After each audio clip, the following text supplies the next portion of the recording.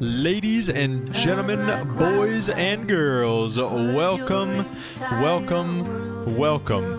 to the 6th installment of the 747 around the greatest country in the world, the US of A. Today we have the Luxembourgian airline, Cargolux, flying today from Bismarck, North Dakota, over to Seattle,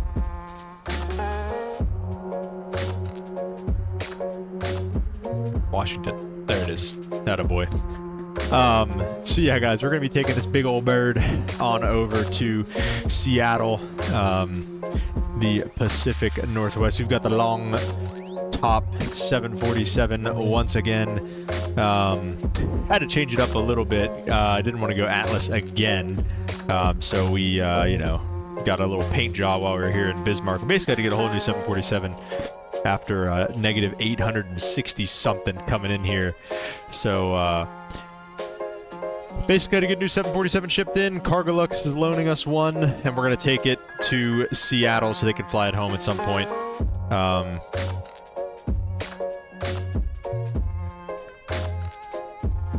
And we'll see if we maybe even continue on with this to LA. So it's going to be this episode from Bismarck to Seattle, and then Los Angeles is going to be the last installment of this. Today, while we're cruising, we're going to be taking a look at starting up our own airline, our own custom airline, potentially. Talked a little bit about that last time. I am quickly making these subscriber count changes. There we go. Almost at 1,000 subscribers. If you're new here, like and subscribe. Really appreciate that. So, yeah. What else? Yeah, we're going to be taking a look at that. And then, I mean, that's going to be about it. So, let's jump inside the airplane and get started with things. We'll get to GSX here in just a minute. We're going to get the battery on. Got the lovely texture pack and the sound pack from VATSIM. And I totally forget where the texture pack was from. The plane kind of coming to life. Hydraulics going to stay off. The emergency exit lights can get armed. All that stuff can stay exactly where it's at, except for the anti-ice. We'll just flick it onto auto again. I don't know necessarily in what sequence you do that. Window heats can come on, and all the packs and everything can stay in that position. Nav lights can come on, and just like that, we've got some life to the aeroplane. We're going to bring GSX out here in just a minute after I get this throttle on my honeycomb. There we go. All right. We'll get GSX out here in just a minute. Let's get this bad boy loading. Let's set this from the OFP. We'll go over some numbers as well for the flight. All right, looks like we're going to be out of CG. We'll just lie to the FMS and say that we are at a good spot. So we'll go ahead and import our IRS position. And with that being done, let's go ahead and request some boarding. We'll do G2 source. I was considering doing like a repo flight in like a 737 or something like that. Oh shoot, I gotta change the... Dang it. I gotta change the call sign. Where's CLX?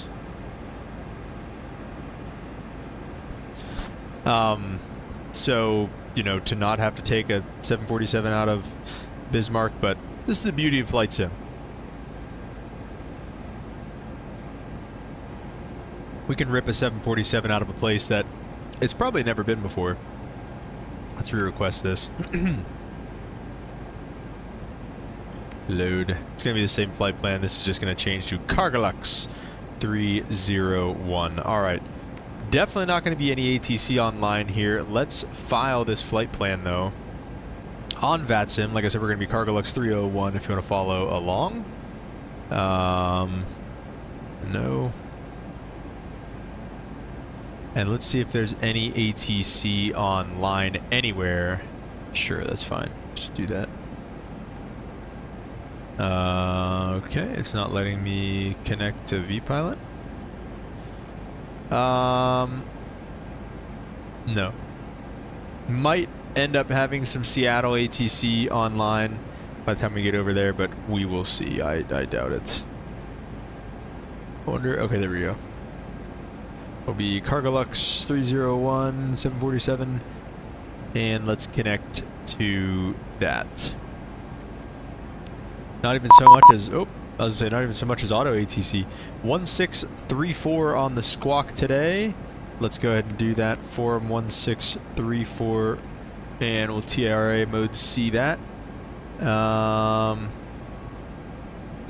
I'm loading back into my stream on my other monitor so I can see it. Alright. Let's put the seatbelt signs on, and let's check in outside how the boys are doing. Oh my gosh.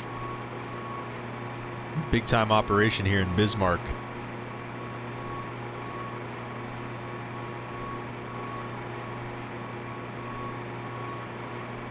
Alright, so they're doing just fine out there.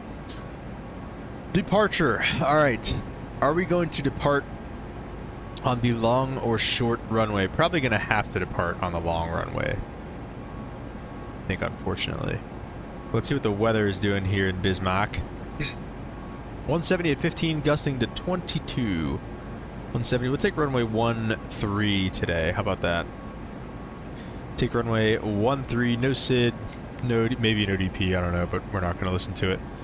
2963 is the altimeter. We'll hit the B key for the auto thingamabobber there. We'll just leave 10,000 set for now. Is perfectly fine. Inner ref, that's our 0 fuel weight. We'll just put 1 for that for right now. Nothing really doing there. And let's just 999 the cost index so we just burn as much fuel as possible and really just get over there. We are going to blast out of here. No derate on the takeoff. We're going to go flaps 10 for departure. And our CG, we're going to have to lie to the FMC. Say it's 11. 9 on the CG. 168 on the V2. Let's, I'm sorry, 9 on the takeoff trim. Jeesh. Alright, 168 we're going to go ahead and set right here. Flight director, auto throttle can come armed, and off runway 13 is going to be heading of 131. Alright, there we go.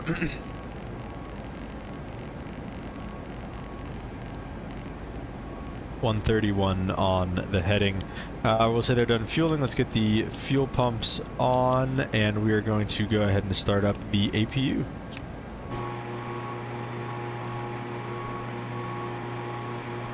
Shout out if you're from Bismarck, North Dakota. You ever seen a 747 in Bismarck?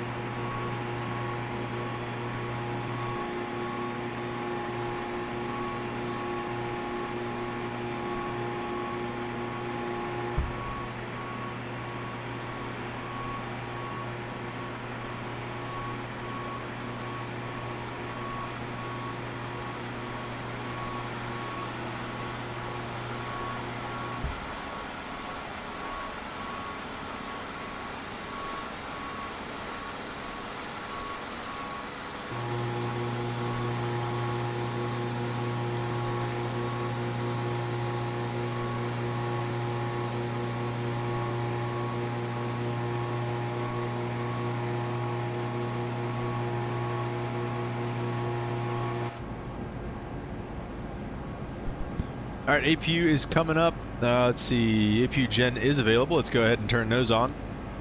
Pressurize the hydraulics. And the packs can come on. And that's about it.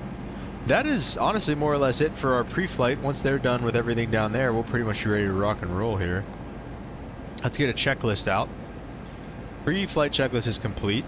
Before start checklist, passenger signs are on. MCP V2's 168, headings 131, 10,000 set initially. CD pre-flight's complete, taxi takeoff briefing is complete, and the last thing there is the beacon. So we'll go ahead and get that on shortly. I can zoom this in so we can see where we're going a little bit at least. And it looks like they're more or less done boarding. Now This parking is too small for your aircraft. I think I'm gonna have to restart Kutao. I always have to restart Kutao. Waiting for other.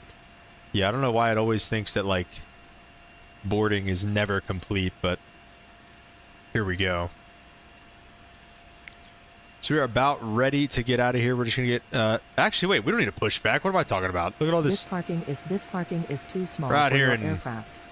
Montana.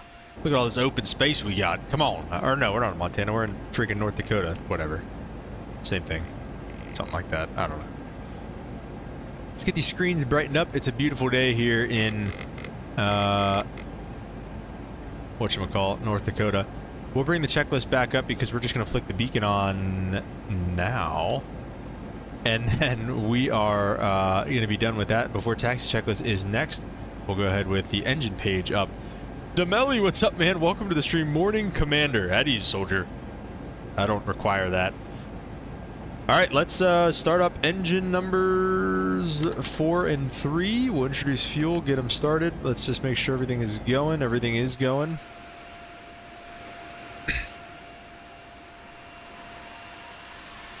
Big, beautiful GE engines.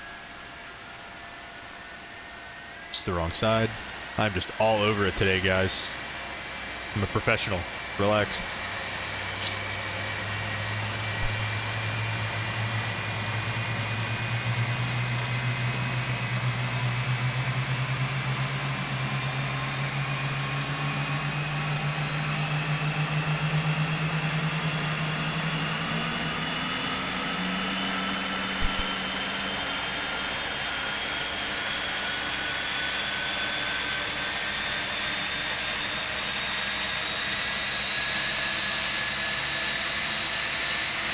That sounds like a good couple engine starts to me. Dang, we're always early. I was like, all right, I'm going to let it go this time. We're not going to be early. Come back inside. We were definitely early. Let's get the engines number 3 and 4 bleeds on. I don't know when you're supposed to put those on because it always comes up yellow, but I figured you do it afterwards. Demelli, where are we heading to today? We are heading to Seattle, all the way over to the West Coast. We'll draw up a little picture while we're in cruise of kind of what we've done so far with this series and where we've gone.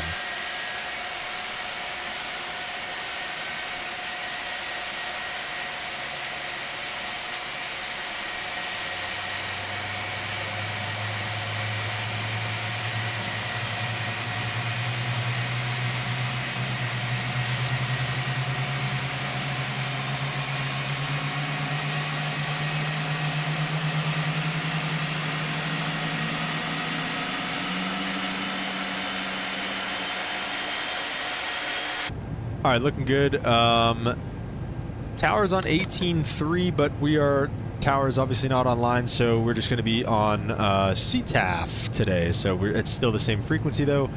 Almost got a good engine number 1 and 2 start. Let's go ahead and put the bleeds on as they finish up.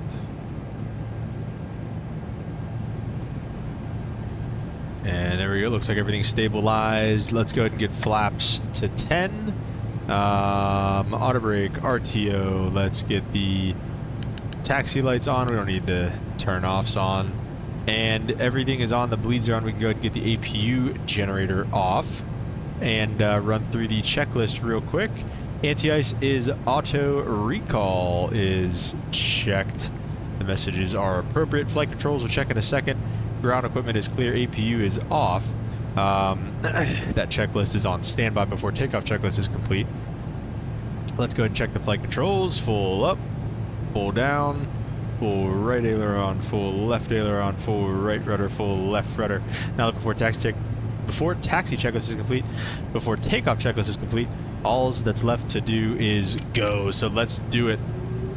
We'll spool up and get out of here. I guess we'll go right here. That's gonna be a tight one. I don't think we're able to make that turn, but Bismarck traffic, Cargolux 301 heavy, taxi to runway 13 via Alpha 2 Charlie 1. Bismarck traffic. All right, guys, we're gonna do heading select initially. Oh, we'll do LNAV VNAV armed heading select initially, and kind of just go from there. Oh yeah, look at that. The Queen.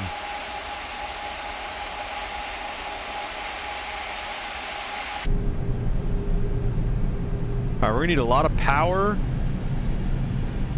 and a slow speed to get to this. Aviation time! What is up? Welcome to the stream. How are you doing?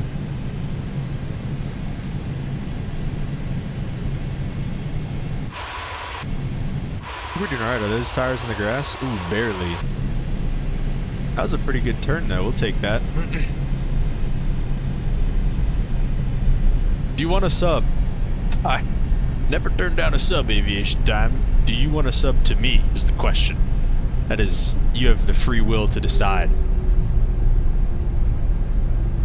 Good. Good. Glad you're doing alright.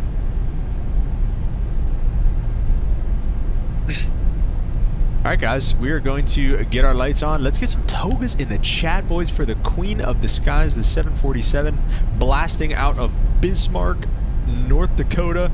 It's going to be a great flight. Aviation time, I'm doing good. Had a nice day today. That was a fun day to fly. 970, hey, appreciate you, man. Thank you, thank you, thank you. Bismarck traffic, Cargolux 301 heavy lining up and departing runway 13, Bismarck traffic. Thank you very much, aviation time. I know this is not this. Oh, okay, that did not go well at all. Alright, we can still do this. Okay, there we go. Oof.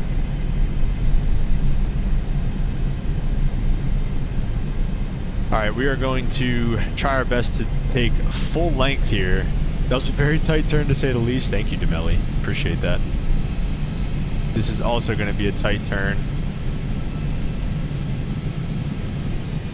Overshot the turn a little bit. We should honestly probably be flaps like 40 or something. We're going to hold the brakes. We're going to do a little short field takeoff technique here. Actually, let me line this up a little bit better.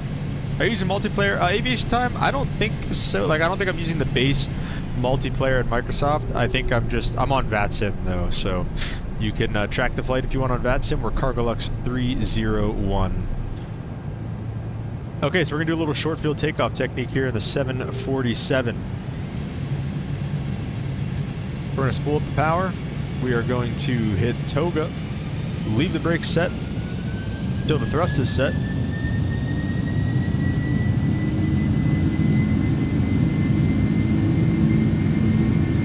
And almost there.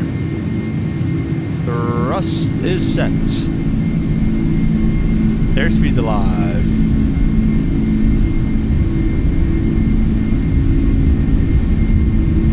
Coming through 80 knots.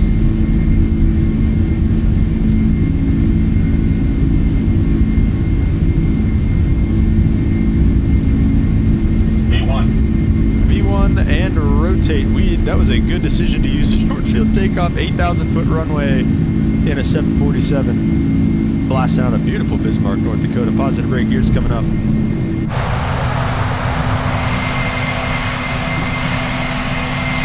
Yeehaw. Limp. What's up, man? Welcome to the stream. Thanks for the togas, bro. Where are you going? We're going to Seattle. Aviation time. Going to Seattle. Mascom, thank you. Have a safe flight. Appreciate it. Welcome to the stream. Thank you, thank you, thank you. Alright, we're not going to listen to that flight director because that's going to pretty much completely level us off, so. We are, on the other hand, going to get directly to Delta Tango Kilo. Let's go flaps 5 while we're at it. Go away. Delta Tango Kilo. And LNAV, VNAV should be armed. It is right around 7.5 degrees of pitch. Let's go flaps 1.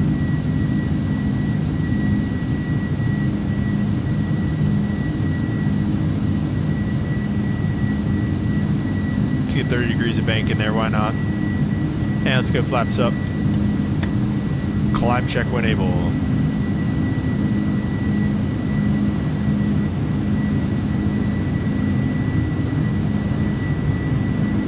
Which I will get to in a minute because I'm hand flying. Trying to stay ahead of the flight director because it will try to freaking kill us.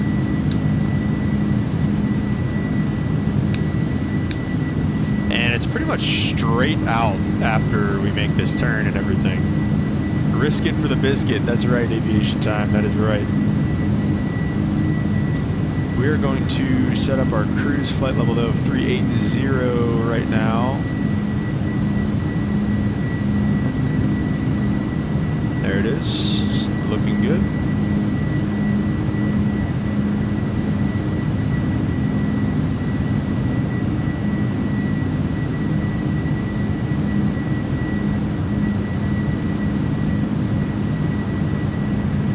Alright, we're gonna do a little something like this, then we're gonna do another direct.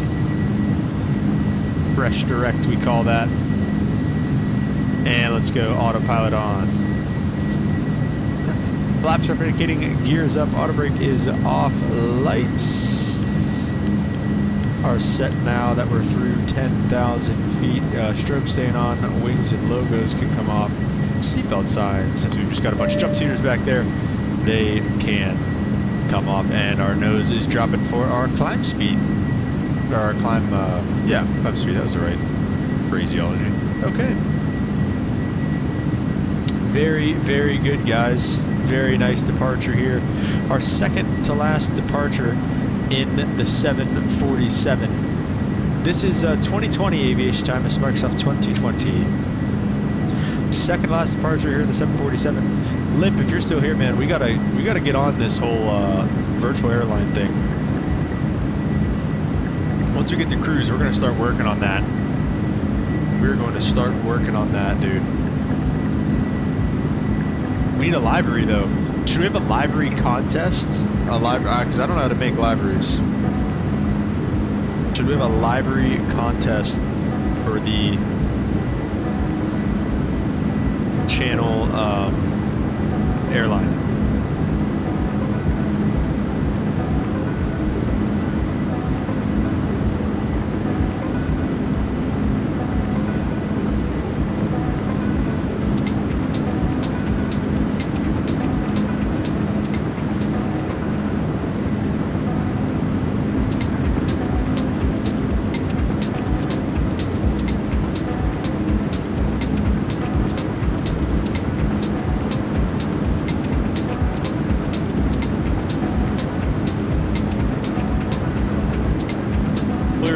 Today.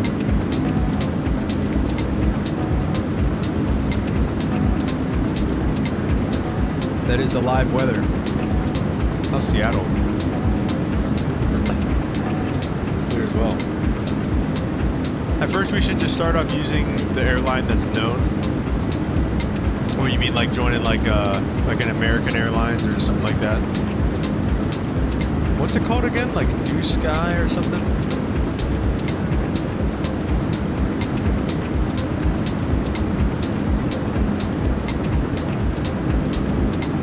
Sky.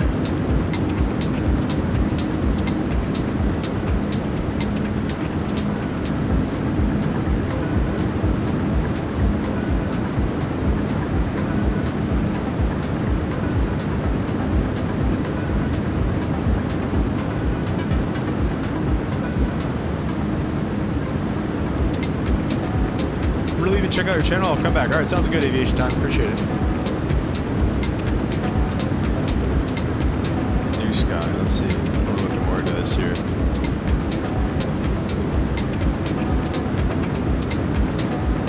For 18,000, we'll get our standard altimeter setting.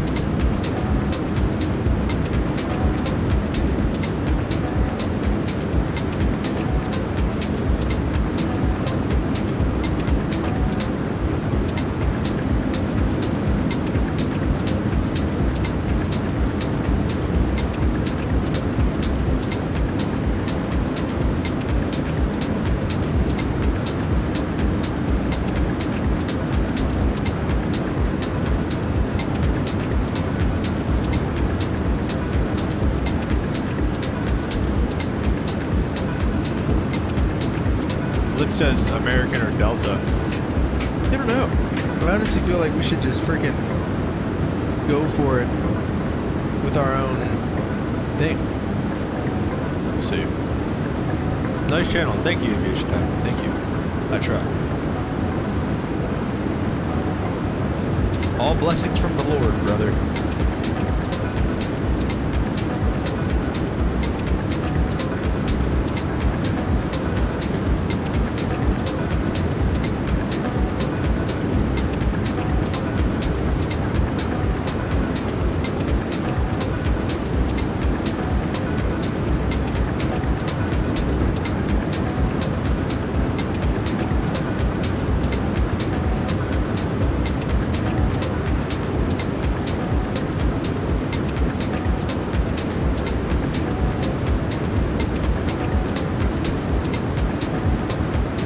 Use an airline that uses both Boeing and Airbus. Good point.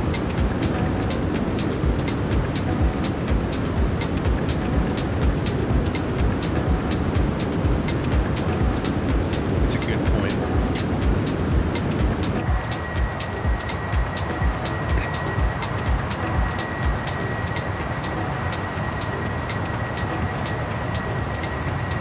You know how long the flight is? Yes, aviation time. Good point. I forgot to go over that. Today's flight is 2 hours and 52 minutes from gate to gate, but obviously we like to cut that time down. 2 hours and 24 minutes of air time.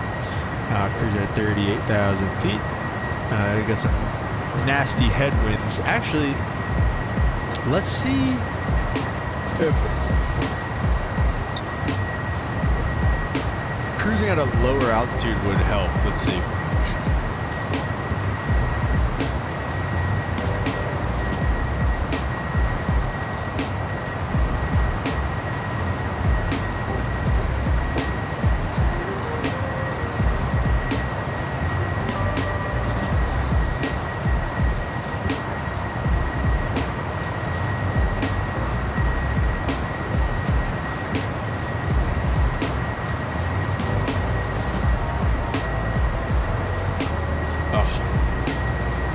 I don't know.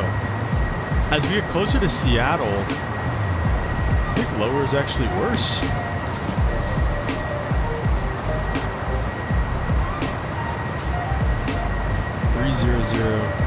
As we get closer to Seattle, higher is actually better. So 360 is actually a good, or 380 is actually a good cruising level.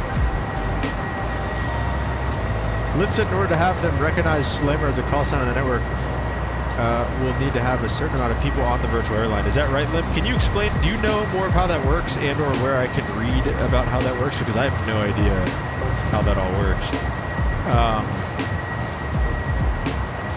Kazindle says, pretty clear skies today and hopefully a smooth flight throughout. Best of luck to you. Thank you very much, sir. Let's see. Definitely clear skies. Let's see the turbulence in route if there's going to be any or not. I gotta turn the turbulence like physics back on. I think that'd be fun. I have them all turned off, but should be. There's like no forecasted turbulence actually. A little bit as we get closer to Seattle.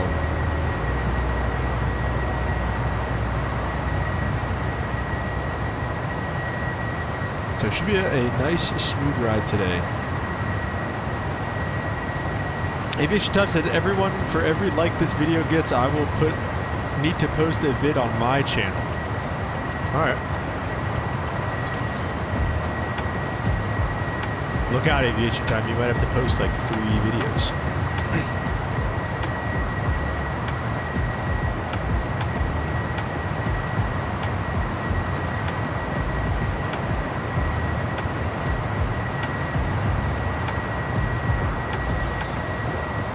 I think Flight Deck to Sim has a virtual airline. I was going to ask around on his Discord tonight. Okay. I'm trying to see. I'm looking at the wiki right now.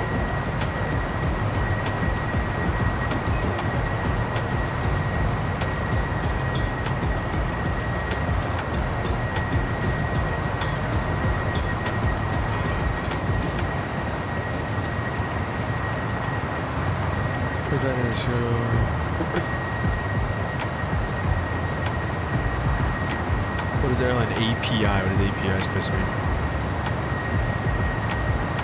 Doesn't help.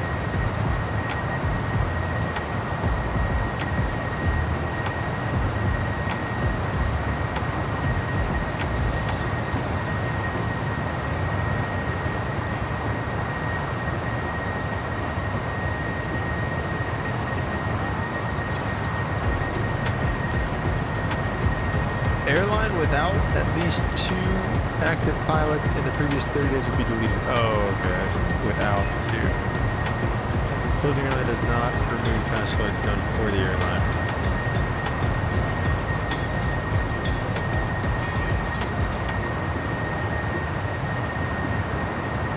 Well, it says real world airlines.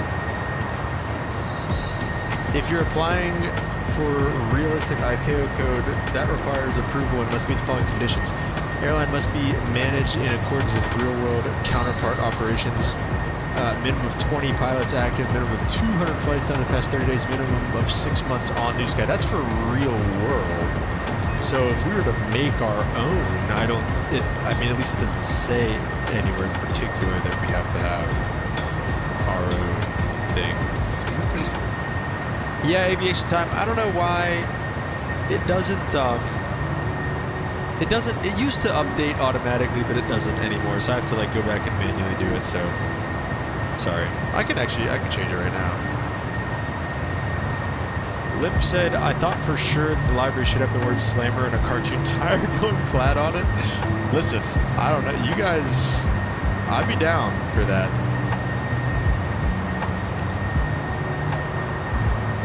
I think it'd be cool if one of you guys made it. There you go. Now it says 970.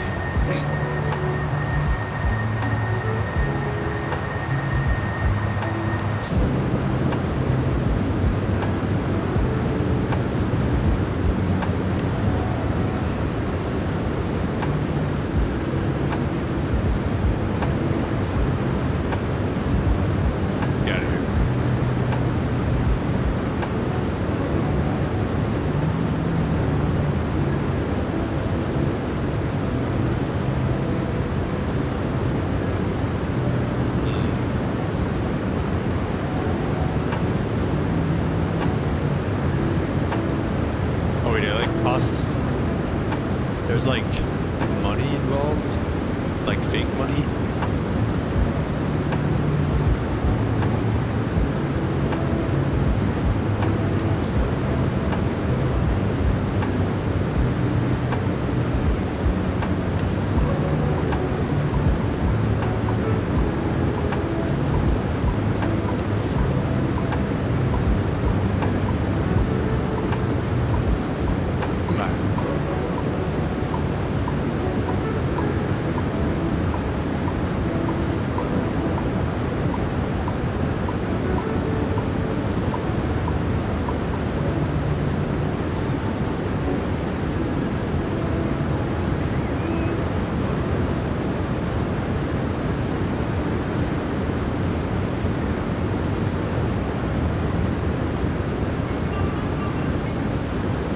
Let's see, there's a good bit of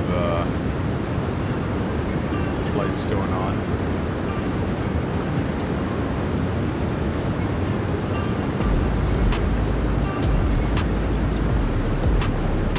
Approaching our 38,000 foot cruising altitude.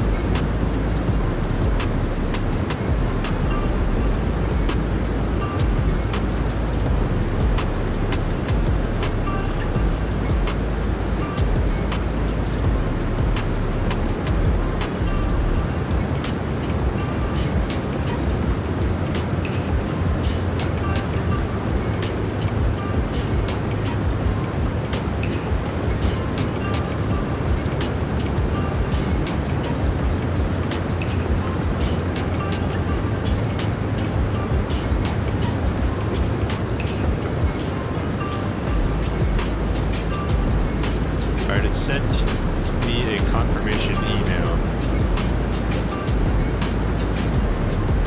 Work on at least registering an account. Go from there.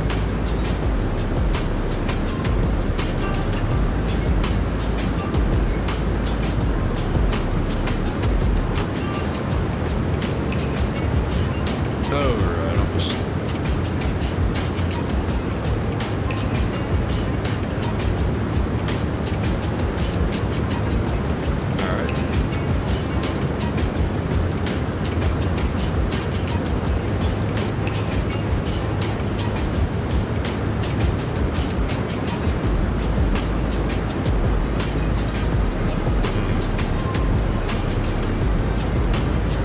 join the stream. It's just me and the bots. There's a few people here, Musa, but welcome.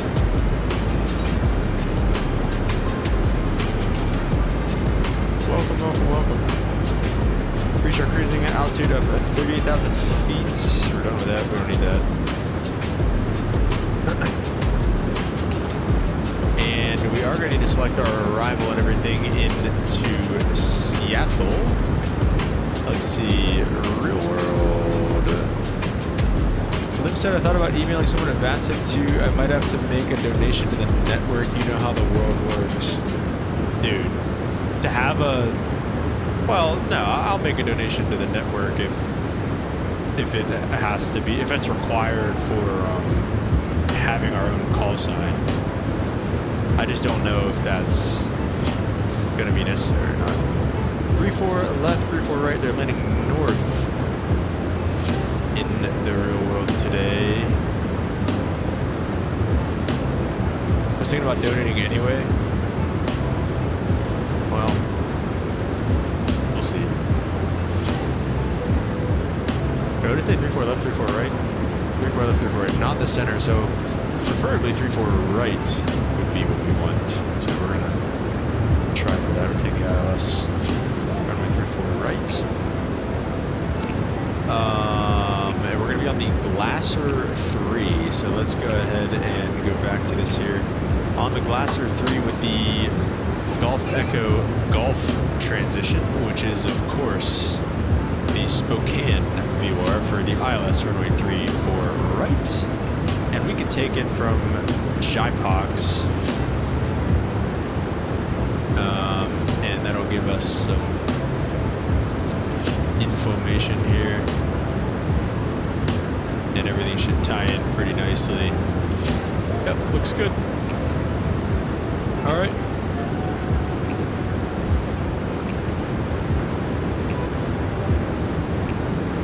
So we are looking good in terms of the arrival. I don't think it has... Let's see, does it have a... No. Seattle ETA is 21:54. It's currently 20:11, so about an hour and a half-ish. Hour and 45, maybe. About an hour and 45. Until we are on the ground in Seattle.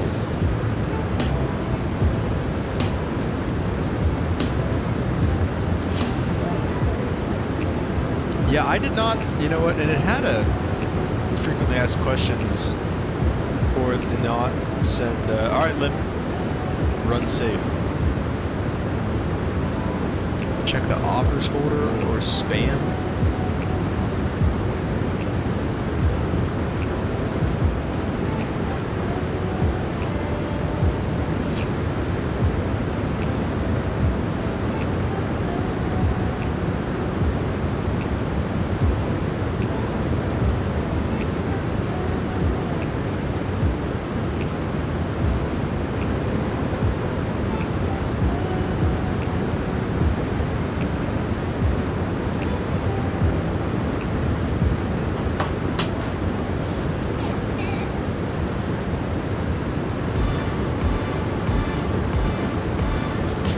I didn't even get a confirmation email from them. I don't know, maybe we'll wait a little bit and see if we end up getting one or not here, but... Well, I guess we'll have to at least wait until that happens. So we will see.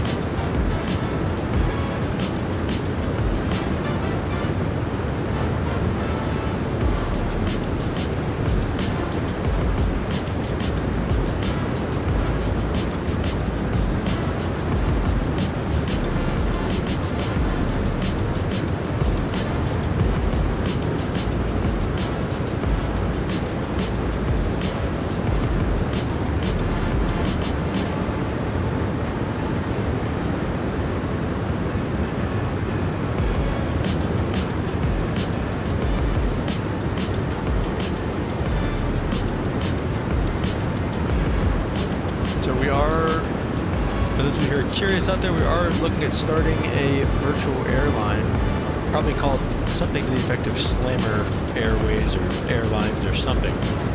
We'll see. But that is going to be the idea. So stay tuned for that. It's going to be great.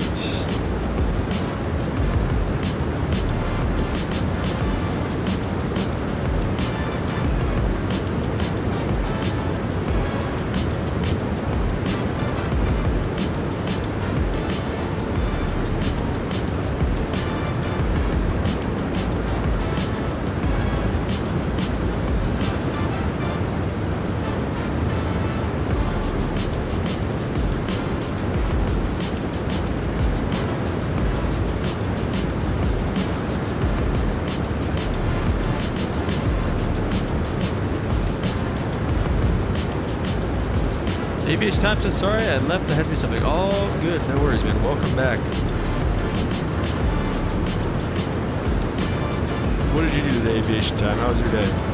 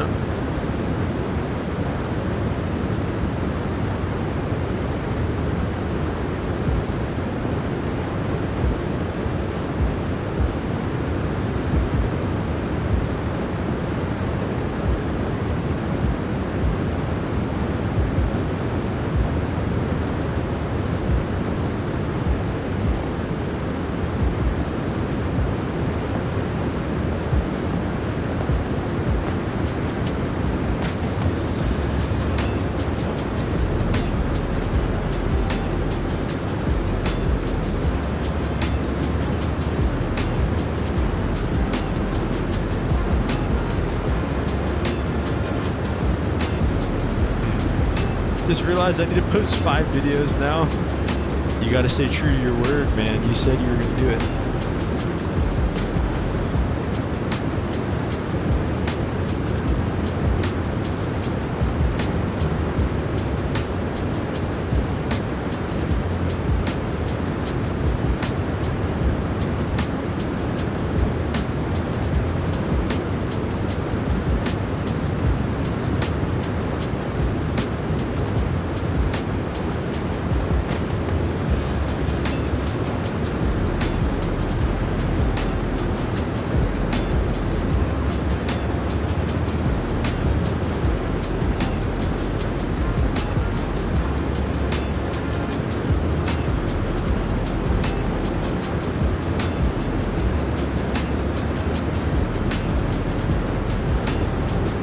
We'll get started. What are you posting, Aviation Time? What kind of videos are you going to post?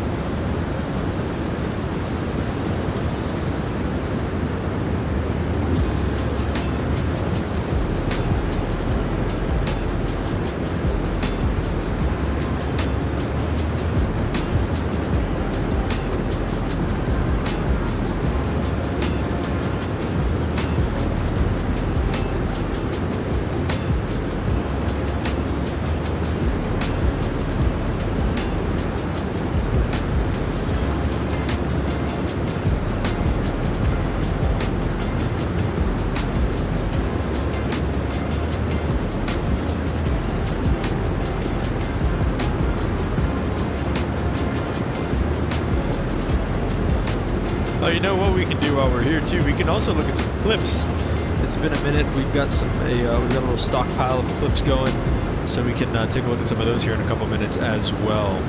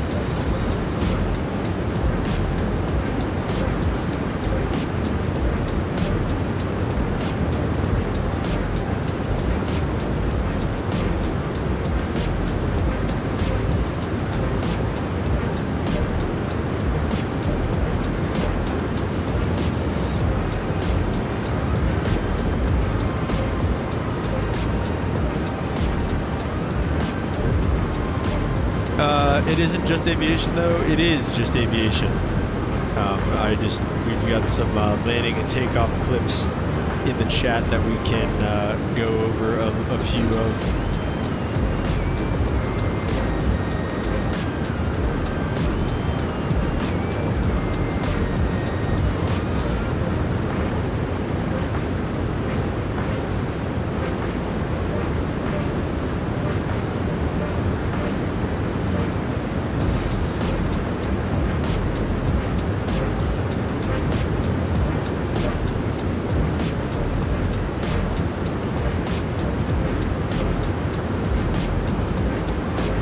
Since we don't really have a good, we don't have a good cabin view or anything in here, we can just put it on the back of the captain's chair here. Let me go through and find some clips. I don't know what we have or haven't watched yet either, which is an issue.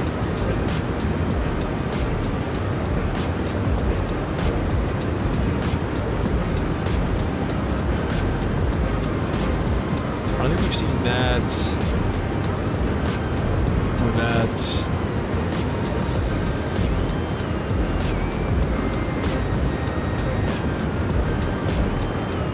I think we saw all of those. Download that. Yeah, we've got quite a few clips here. Oh, we got a CRJ clip. That's nice. All right. See where we're starting from. I think we'll start with hopefully with that one.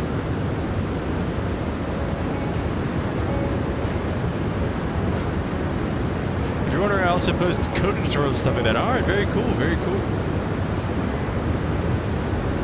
All right, we've got the clips up. Let's see what we got here. Clip number 1. Which one is this? Okay, this is one of Ente's clips. Let's take a look. Which one was this? I believe, no, this is not that one. Okay, this is the last one. So this is, he didn't say where this is going into, and I have no idea. He does Swiss ops all the time, so this could be going into absolutely anywhere.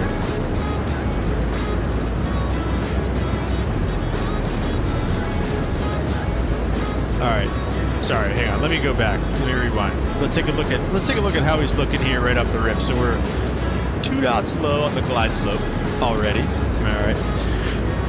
We typical checklist in op, task message, it's fine. He's on speed, which is good. Auto throttles are still on, and it looks like his autopilot is disengaged. So he's hand flying, throttles, the airplane is still using the throttles, and we're 2 knots low on the glide slope. So he is correcting. Speed looks good still.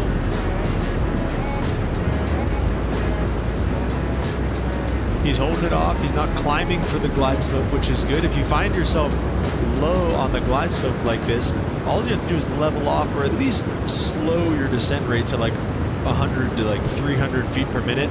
Let that glide slope catch up, and then just catch it again. There's no sense in climbing for it, because if you stay level and you're below the glide slope, you will catch up with it again eventually. So it's still a little low. There it is. Glide slope's back. He caught it.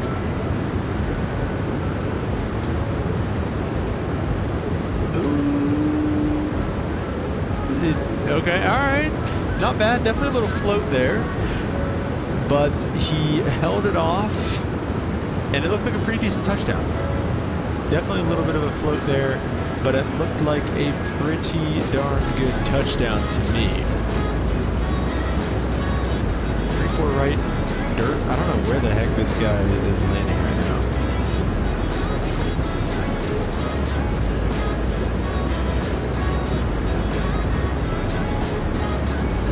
Pretty good landing. Like I said, he was pretty low on the glide slope all the way. We'll give that a 7 out of 10. Not too shabby, though. Not too shabby at all. So, guys, there we go. All right, let's see. This is the CRJ clip. Good. This is from Ilias. He says this is from Cologne to Munich. CRJ 900 Lufthansa 1981. We'll see. The controls are horrible. The most unrealistic controls I've seen. He says. Let's see. Where? I don't know the CRJ very well, so I could be just wrong. It looks like maybe a little off the localizer, a little right of the localizer, and a little high, judging by the flight director, but I don't know where the glide slope is. It looks to be on speed, unless that's his approach speed, then he's in trouble. Whoa. The controls are going kind of crazy, it appears. He's 2 red, 2 white on the PAPI, so that's good. He must not be too high. Good flare. Nice and low. Good touchdown, it seems. He said that was a negative 101, I believe. Negative 127 touchdown, he says. So let's see. Again, I don't know much about the CRJ. I don't know where the glide slope is at. His flight director is telling him to go down, so he seems to be high.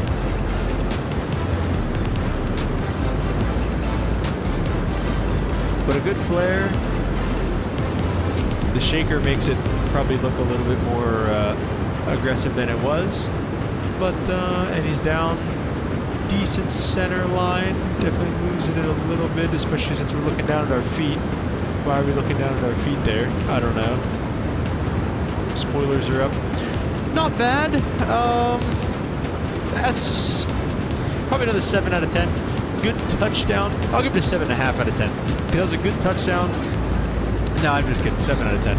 Good touchdown. But why are we looking at our feet after we touched down? I don't know what happened there.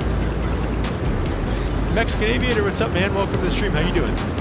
Here we go. Okay, we got Ente again. Ente into Buenos Aires, is this? No, we don't know.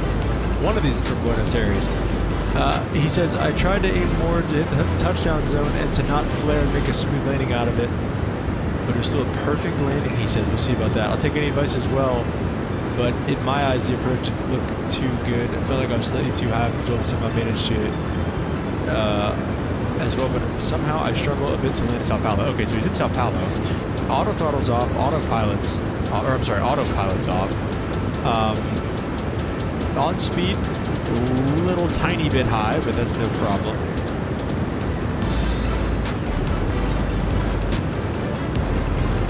So far, so good. Getting a little bit higher. Typical checklist and complete Northcast message. It's all right. Fighting for the glide slope. The engine's spooling up a good bit. Now they're coming back down. He's getting high. Getting high. Lost it a little bit there. Definitely a little bit high crossing the threshold.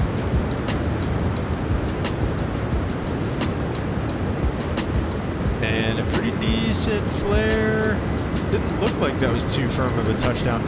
Let me see. Let me try to pick out where he touched down. He said it was 1.03 Gs, so pretty solid. It's hard to see, though.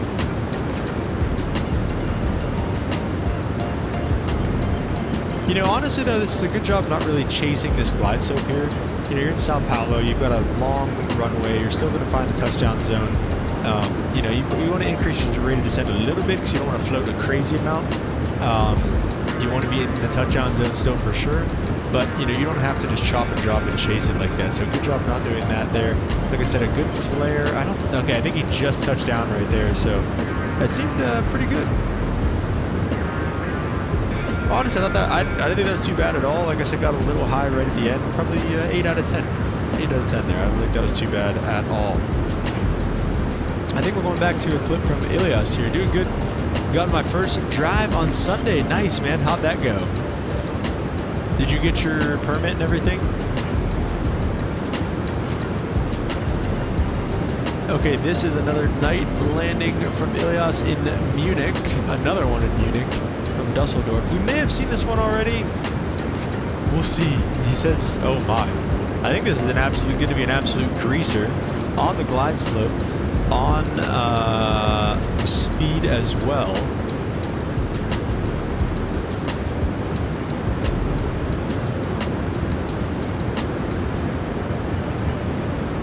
Looking good. Phoenix A32 something. United home short, getting ready for a long haul flight back to the States. That's pretty sweet. Said good glide slope. Losing it a little bit, but that's okay. Coming back to idle in the flare. Pretty awesome flare. And he's still up. Oh, I think he just touched down. Wow. In the touchdown zone, though, he says that was a negative 68 foot per minute, 0.98 G, landed way too late and too soft. No such thing as too soft. Or if I'm going to say that.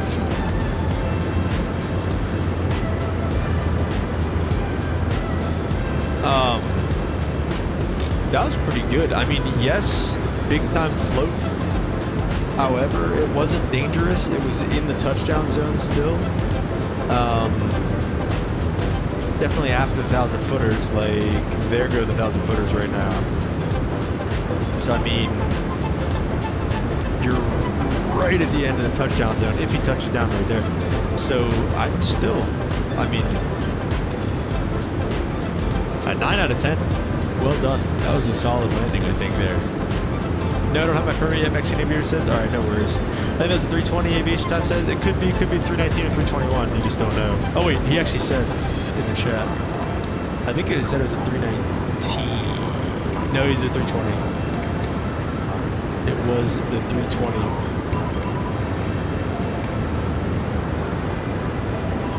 All right, let me delete this one. Okay, it's another one from Ilias. Berlin to Munich. This is another 320 or Lufthansa 1953. This is another absolute greaser. He said flaring the crap out of this. Let's see, a little off on the localizer. Looks like it's pretty good crosswind though. I can't see exactly what it says. It looks like a pretty direct crosswind. Way high on the glide slope now. Now we're full deflection high.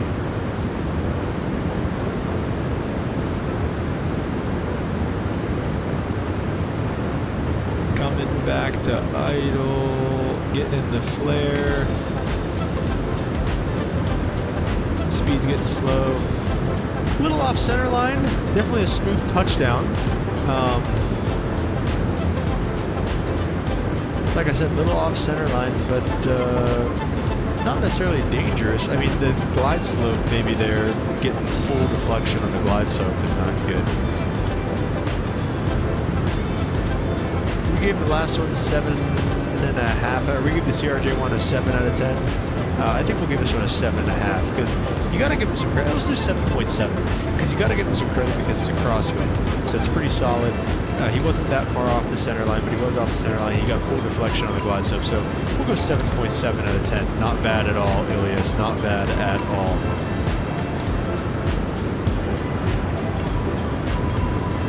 I need to get back in the 320. I've been flying 321 a lot. Mexican Aviator says, yeah, dude, we got to get back. I'm excited to get back into some commercial passenger ops here. The 747's been fun, but it's time to get back into the... I want to fly the 737, the Boris 737. That's what I'm looking forward to flying again. All right, got an A350 clip. This is something else we're going to have to come back to again. I don't know where this is at. I don't know where he's going into. It probably says somewhere, but it's a little far. This is from Ente again. He said it was too bright, didn't even see the pappies. And he's wondering if he hit the touchdown zone, so let's see.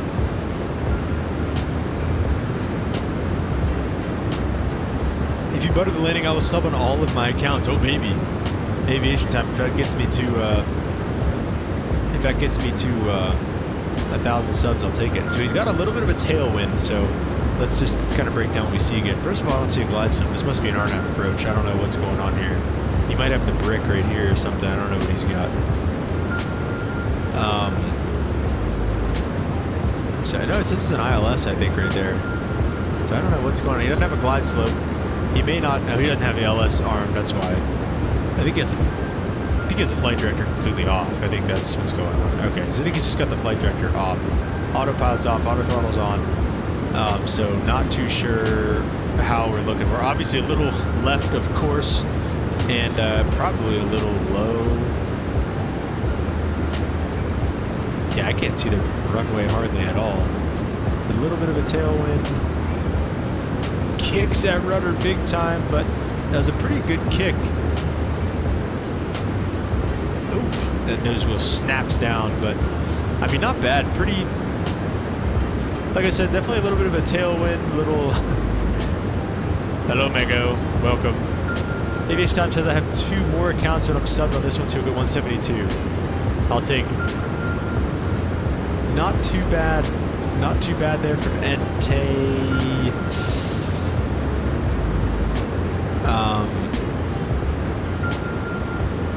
I don't know. I'm curious here because the flight director's off. I can't really see anything. Definitely was left and probably a little low on the glide slope. Like I said, a little aggressive on the kick, but sometimes you gotta do what you gotta do. We'll do 7.8 out of 10. 7.8 out of 10 for Entei there. Not too shabby. Not too shabby. Alright, this is another one from Ilias. This is the 737 MAX, obviously. And let me see. This is going into Dusseldorf to Izmir. Runway 16 left. Let's see. Clouds look beautiful. Auto throttle is off. He's completely hand flying on the ILS. Little low, little left on the glide slope and localizer.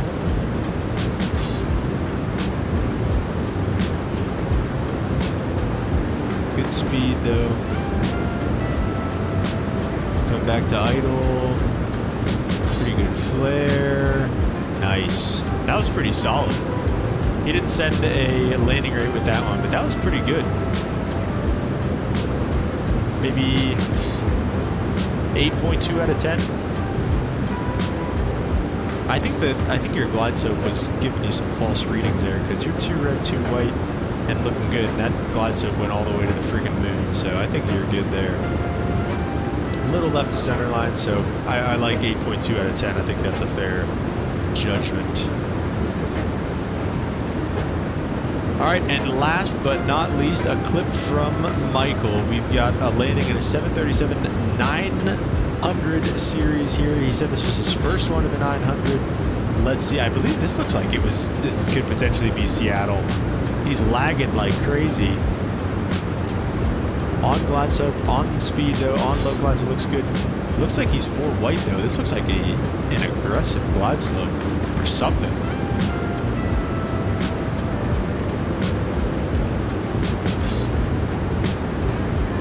16 right. I think this is Seattle.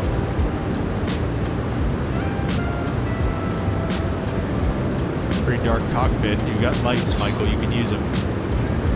Pretty decent flare. Going to idle.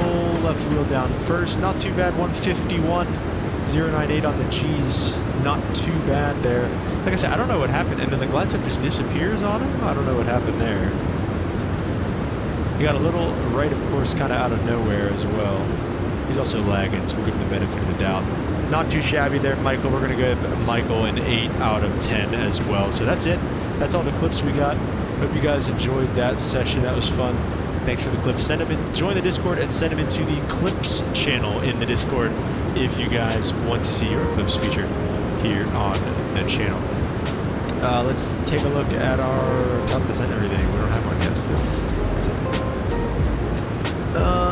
We're less than an hour away from landing in Seattle. I think we should probably have a top of descent. Let's take a look and see if there's any ATC online.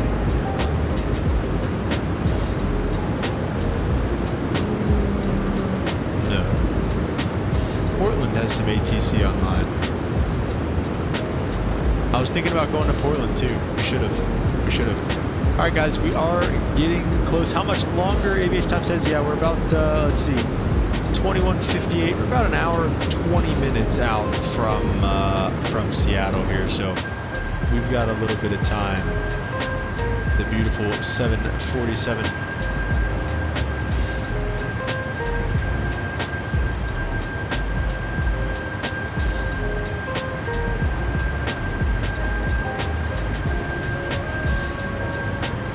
Yeah, I don't know about this virtual airline, guys. I don't know. I haven't gotten the email still, so I'm not too sure what we're gonna do about that. We're gonna have to get some answers from the boys here. We're gonna need to get a library made, so we don't know. No one knows what's going on. If you're wondering, there's a delay for the chat message to be split on your screen. Yes, I am aware of the delay. I don't like the delay. I don't know how to get rid of the delay, so it stays for now.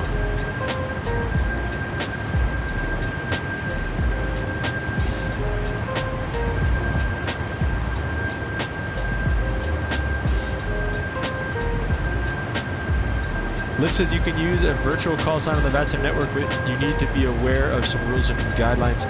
You can use fictional airlines and call signs, but you must inform ATC how you want to be addressed. Okay, so we probably just put that in the remarks page, I would imagine, right?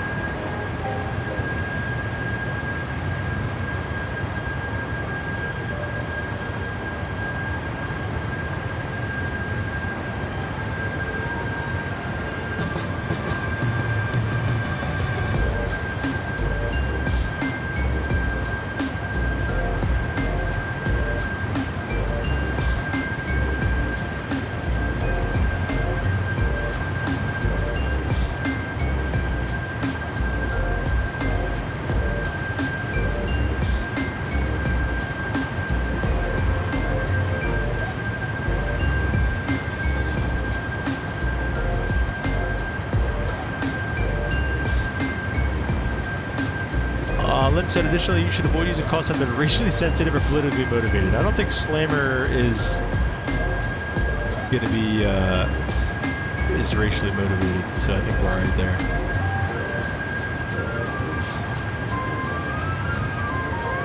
Did you go for your run, Lim?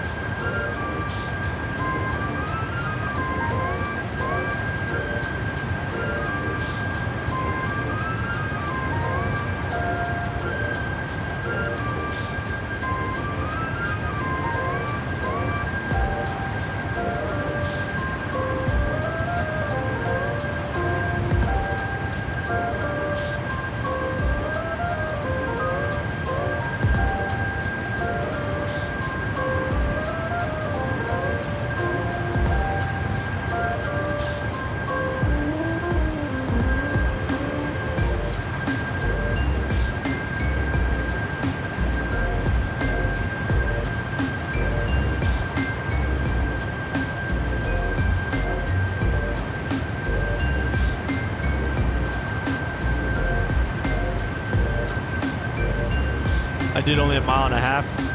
Still solid. I only ran a mile today. I gotta start running a mile and a half. I'm just too scared. I don't want to.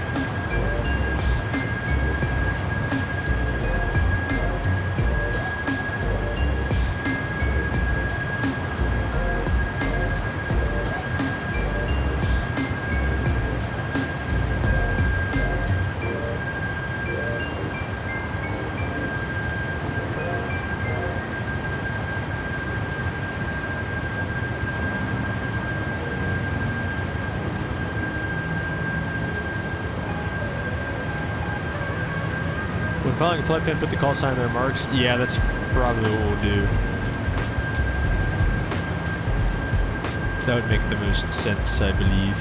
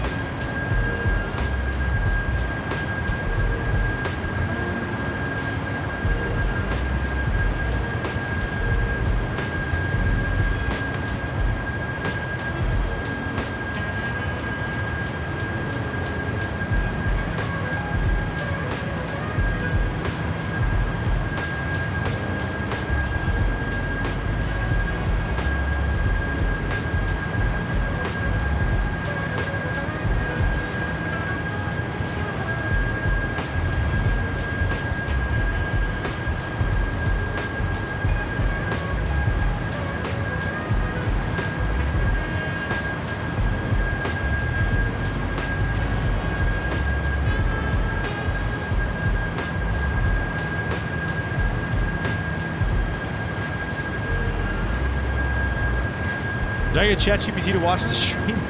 Is that a thing? Aviation time? Is that? Do we have to? You have to watch? Can you watch it on ChatGPT? Is that a thing?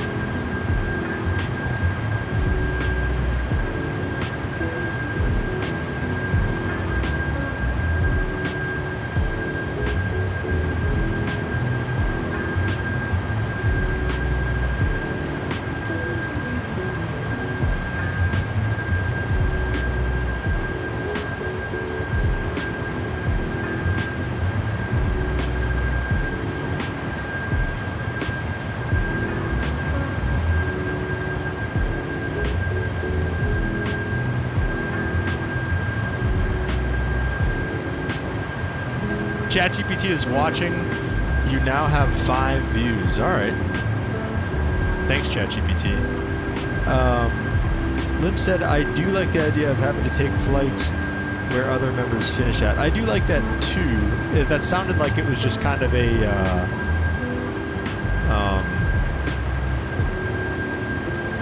like how it had to be. Is that, I don't know, maybe it is, maybe it isn't. We'll see. Let's see. I'm gonna have to complain.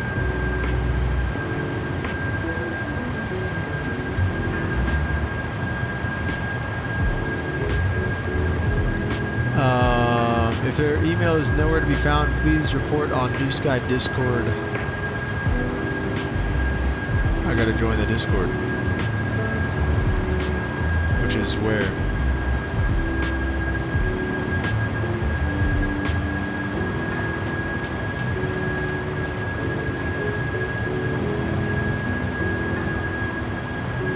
Where's the Discord?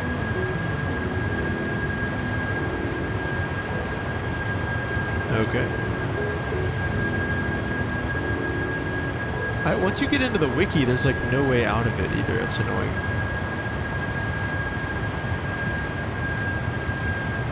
Join our Discord. There we go.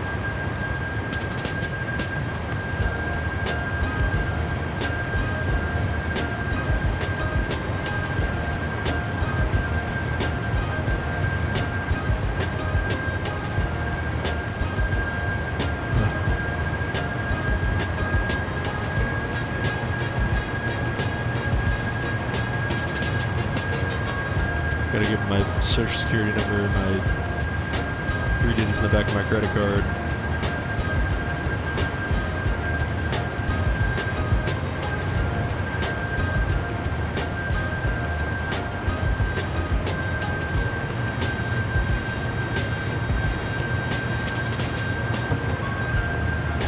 Brother.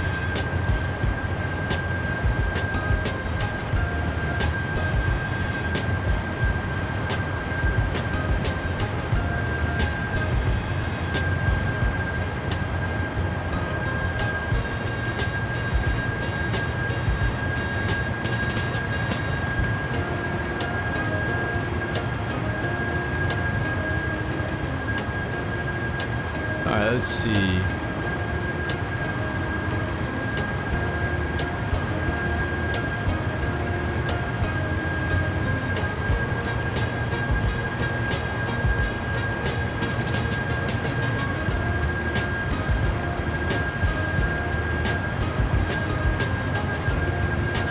I'm trying to get this.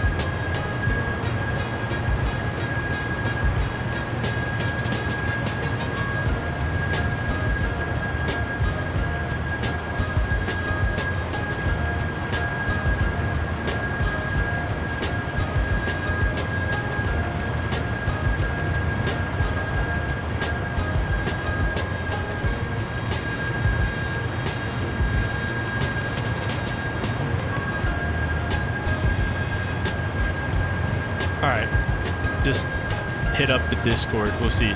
I've been watching for over an hour now. Appreciate that, man. Lip said it is. If one of our planes is at Denver, you have to fly from there. You don't have to be on the network. Okay, so you don't have to be like on VATSIM. You just have to like pick up from there, though. That's pretty cool. I mean, I like that. Like, it sounds fun.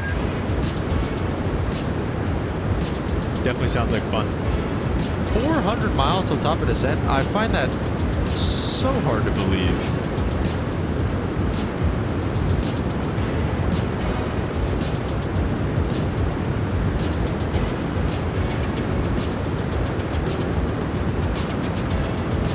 You know, we're honestly probably going to take a pretty good shortcut here because there is no ATC online. Well, I guess it's also pretty high elevation. Like, it's telling us across Heather at 12,000 feet. What's our, what is the field elevation? It's only 400 feet. But you got to stay high because of the mountains on the east side of the field. All right, so I guess we got 400 miles to go, I guess. We're maxed out on the speed that we're going 885 mile. Dude, if we didn't have like a 50-knot headwind right now, yeah, literally 50-knot headwind, we'd be cooking. True speed 510 knots, we're only going 460 on the ground now. Bummer, dude. Bummer. Oh yeah, let's go over the verse of the day today.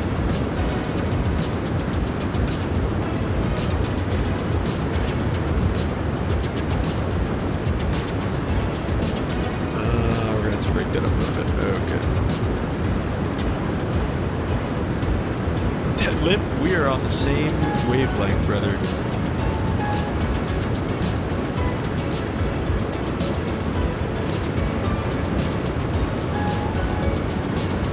Alright. Thank you for the reminder, though. I appreciate it. We got Matthew. We're staying in the book of Matthew. Last time was, I think, 22 verse, or sorry, chapter 22 or 23 or something like that. So this time we got chapter 21 verse 43. We're going to turn to Enduring Word right now and look at this. I'm going to leave this up on the screen for a second and go use a little pilot's room, and then I will be back as soon as I find Matthew. There it is. Matthew. Great minds. They do say that, man. They say that. Alright, 21 and then 43. I'm gonna load it up and then I'll be right back. Okay, there we go. Alright, be right back.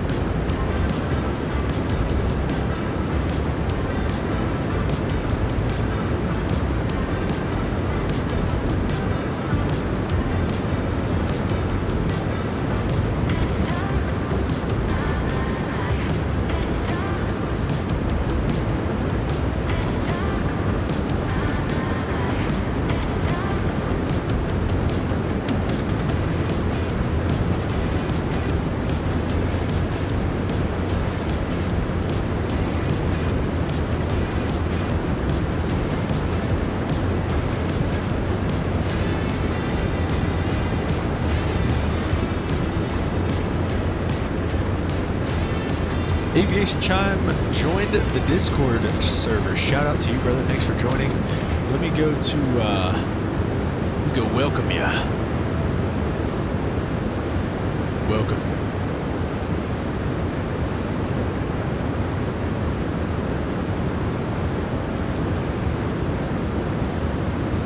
Okay. All right. So we're going to be going over.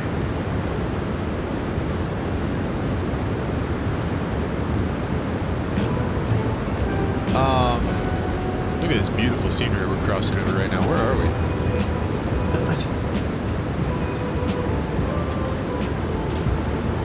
Would these, I believe these would still be the Rockies, right?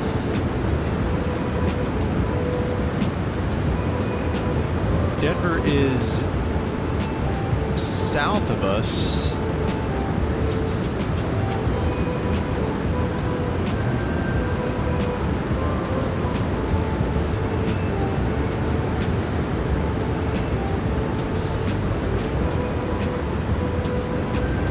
I believe we're closer to Salt Lake City.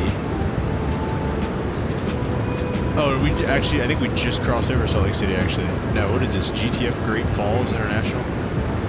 So I don't know where Salt Lake City is now. What's up here? That's Canada.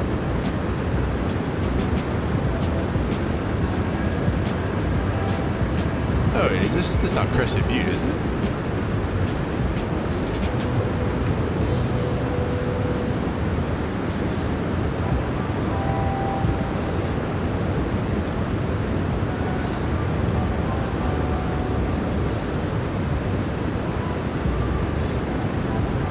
Oh, there's Salt Lake City. Salt Lake City's pretty good ways south of us.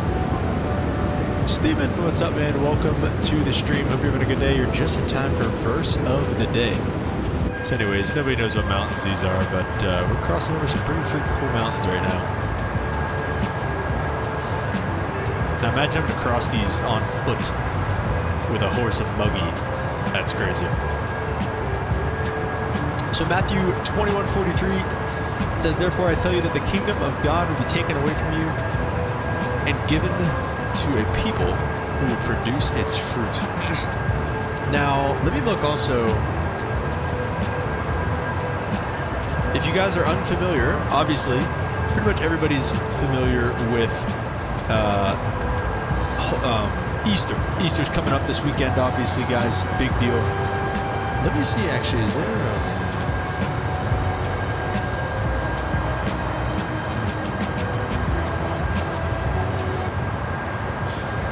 I'm putting on some on Epidemic Sounds, putting on the Christian playlist, so we'll see what that gives us. Steven said, "Sorry I missed the last stream." No worries, man. Everyone join the Discord server and subscribe to Flight Sim Captain. Hey, Aviation Time said it best, man. Subscribe and join the Discord server, guys. Aviation Time, your $5 is in the mail. Okay, so for those of you that are, I mean, everybody obviously pretty much knows that Easter is coming up. For the most part, I think people understand Easter isn't just about the bunny rabbits and the chocolate and the egg hunts. It is about the death, burial, and resurrection of our Lord and Savior, Jesus Christ. So, what does that really mean? There is also a thing called Holy Week, and we are in Holy Week right now. It's essentially from the Sunday before Easter Sunday all the way up to Easter Sunday. So it started off with last Sunday, which was Palm Sunday, which essentially celebrated Jesus entering Jerusalem. He fulfilled the prophecy from Isaiah, I think chapter 7 it is, something like that. It says, your king will come riding on a donkey.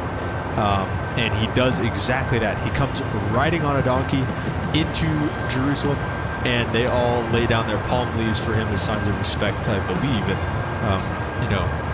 they shout Hosanna in the highest and all that good stuff. So let me see. I'm trying to find a good description of this. Celebration of Jesus' triumphal entry into Jerusalem. Observe the palm tree branches. Okay. So then... well, that doesn't help me.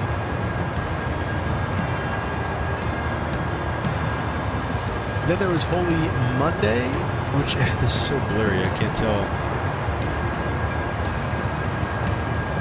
Holy Monday says Jesus visits his friends in Bethany and Mary anoints the feet of Jesus. So this is the dramatic scene, I believe, when, if I'm thinking of the same thing, I'm not 100% sure. Aviation time, I was just kidding. I was joking as saying like I paid you to say that.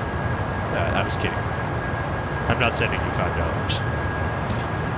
But I appreciate the support.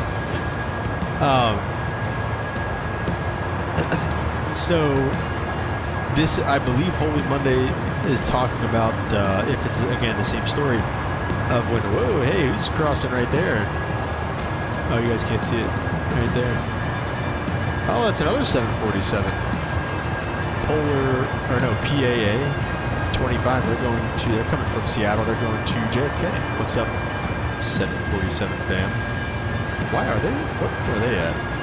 They're at flight level 380 as well. They should not be. Or wait, no. I'm sorry, they're at 37. They were right. I was looking at myself. Anyway, Holy Monday. Mary anoints the feet of Jesus. This is whenever she has the expensive bottle of perfume. I think this is the same. I don't know for sure. I could be wrong. And she dumps it on Jesus's feet in a dramatic display of worship and surrender to Jesus's authority and deity. And everybody's like, what is she doing? We could have used this to pay for the ministry. And Jesus is like the only one who's actually moved and like understands what she did. And he gets ticked at everybody, all the disciples. So that happens. Again, that's blurry. It could be, say, feet or face. I'm thinking it says feet, and that is the story that it reminds me of. So I'm not 100% sure on that, but I believe that is what it's referring to. So. Okay, so going into Holy Tuesday, which was yesterday, Jesus foretells the betrayal of Judas and the denial of Peter. So that sounds like that might be, no, it's not the Last Supper, but that's a pretty solid bombshell when Jesus drops that on the disciples. Yeah, well said, Stephen. Thank you, appreciate it. Jesus drops that bombshell on the disciples, and Peter's like, I'm not going to betray you. What are you talking about? That's ridiculous. And he's like, oh yes, you will. So that happened, and then now that brings us to today, Holy Wednesday, where Judas makes the deal. So on this day, essentially 2,000-ish years ago, Judas makes a deal with the high priest, turning Jesus over for 30 silver coins, a few shekels of silver for the Savior of the universe. He's betrayed by Judas on this day.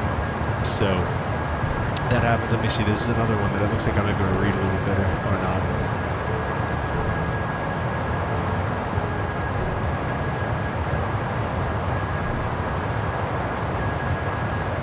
I don't know. So anyways, that's essentially the lead up to Easter, right? I'm kind of just getting familiar with all that stuff too. I'm not going to lie. I didn't really know that there was like Easter, or I'm not 100%. I guess I didn't really know the full like Holy Week thing until recently. So obviously everybody knows Easter Sunday, Good Friday.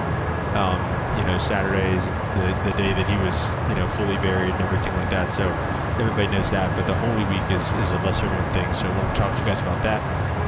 How do I track the flight aviation time? If you just go to VATSIM, if you go to the VATSIM radar website and you type in, I believe, just our flight number, which is Cargolux 301CLX301, you should be able to find us out there. So now, come back to our verse today. It seems pretty harsh. Therefore, I tell you that the kingdom of God will be taken away from you and given to a people who will produce its fruit. That sounds pretty harsh, but what exactly is Matthew talking about here? And really, what is Jesus talking about? Because I believe it was Jesus that says this. So the breakdown in the enduring word goes from verse 42 to 46. So we'll look at that first. It says, Jesus said to them, have you never read the scriptures? And Jesus, to set the context, Jesus is essentially getting angry with the religious leaders, the Pharisees at the time. He's getting angry with them because he knows what's going on. He knows they're trying to kill him. He knows what's coming, and he's trying his best. He's trying to do anything he can to save them. So he says, have you never read the scriptures? The stone which the builders rejected has become the chief cornerstone. This was the Lord's doing, and it is marvelous in our eyes. Therefore I say to you, the kingdom of God will be taken from you and given to a nation bearing the fruits of it. So that right there, like, that would have ticked off the Pharisees at the time so much. Because first of all, him even asking that question, have you never read the scriptures? To be a Pharisee at that time, you had to like memorize the scriptures, like know everything by heart. And Jesus is coming to them and saying, have you even read these? And obviously they're like, of course we've read these. What are you talking about? So they would have been ticked at him at the time. And then I believe that next section of the stone which the builders rejected, I believe he's reciting some sort of Old Testament passage. Yes, actually, there it is right there. It says, Jesus quoted this from Psalm 118. We'll get to that in the breakdown in a little bit. But they would have obviously known that. They would have had the Psalms probably memorized, at least have heard of it. So they would have known that. And then Jesus says, therefore I say the kingdom of God will be taken from you and given to a nation bearing the fruits of it. This is another one that would have ticked them off so bad because they're God's chosen people. They were, Jerusalem, like the Jews, like they were the chosen people, the chosen race by God. And now he's saying the kingdom of God will be taken from you and given to a nation bearing the fruits of it. So now they're even extra ticked. He goes on to say, and whoever falls on this stone will be broken, but on whomever it falls, it will grind him into powder. Now the chief priests and the Pharisees heard his parables. They perceived that he was speaking of them.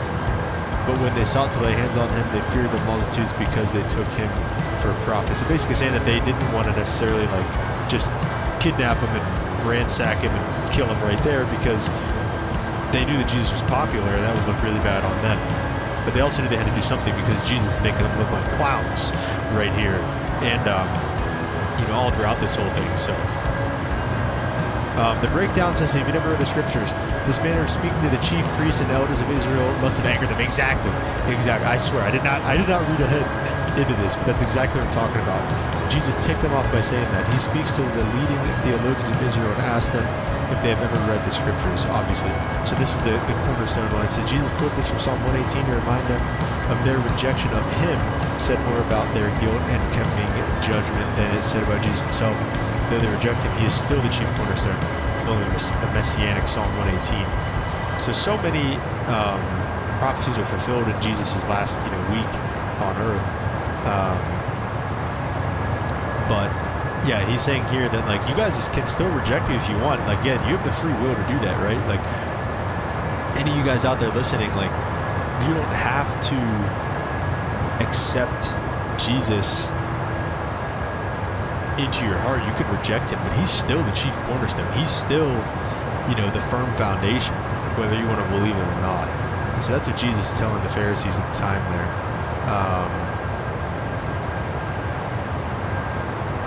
Yeah, this is interesting. It says, like a painting from a grand master, Jesus is not on trial. Those who look at him are. These leaders who rejected Jesus had to hear the eventual consequences of their rejection. So again, it's not Jesus who is on trial, even though he is literally the one on trial. At the end of the day, Jesus is going to die and then resurrect and spend eternity in heaven with his Father. And when these guys die because they rejected Jesus, they're unfortunately going to spend eternity separated from Christ. And so that's kind of what he's getting at there. Okay, and here's our verse. The kingdom of God will be taken from you and given to a nation bearing the fruits of it. Jesus warned the religious leaders that if they continued their rejection of God and his Messiah, which is Jesus, they could expect that God would pass the leadership of his work on the earth to others. So if they continue to reject him, you're rejecting the cornerstone, Jesus says. I'm warning you, you're rejecting the cornerstone. This is again another warning for them, saying if you continue to reject me, you will lose God's favor. You will lose, yeah, I guess his favor in the fact that you're his chosen people for now.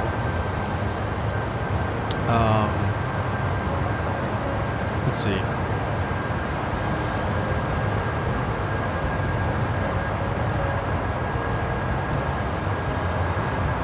Yeah, this is interesting. Spurgeon says this about America. What a warning this is to our own country. We too are seeing the sacrifice and deity of our Lord questioned and his sacred word assailed by those who should have been its advocates. Unless there is a speedy amendment, the Lord may take away the candlestick out of its place and find another race which will be more faithful to him and his gospel than our own has been. So yeah,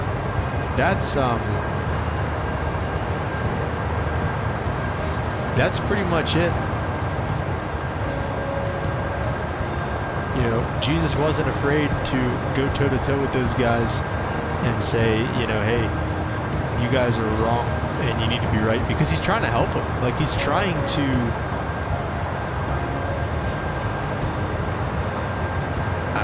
help them. He's trying to let them know and say, hey, like, you guys need to figure this out, because we don't need to calm also. We don't need to calm this whole time. You guys need to figure this out, because you know, you can't do this. You can't keep going about things like this. So anyway, that's pretty much that.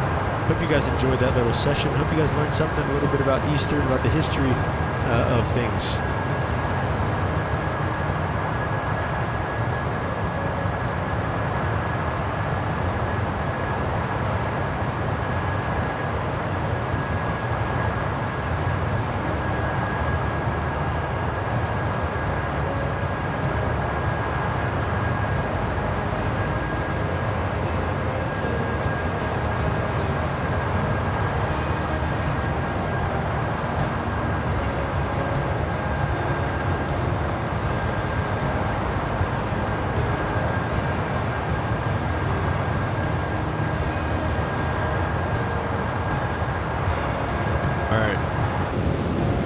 Flight's going well. We're about 180 miles out from top of descent.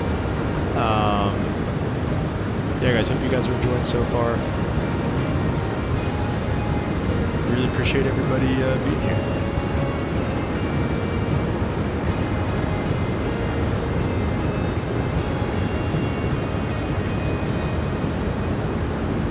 Consider becoming a member here if you guys are new as well. You can do it for as little as $1.99 a month, and just it's a way to just support the channel, because obviously YouTube is free, and yeah, just a way to support the channel if you guys want to. If not, nobody's making you. Just thanks for being here. Appreciate all you guys.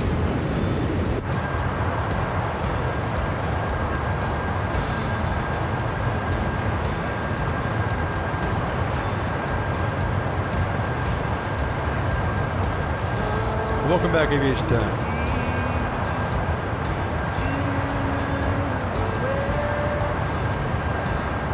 I don't know what this song is, but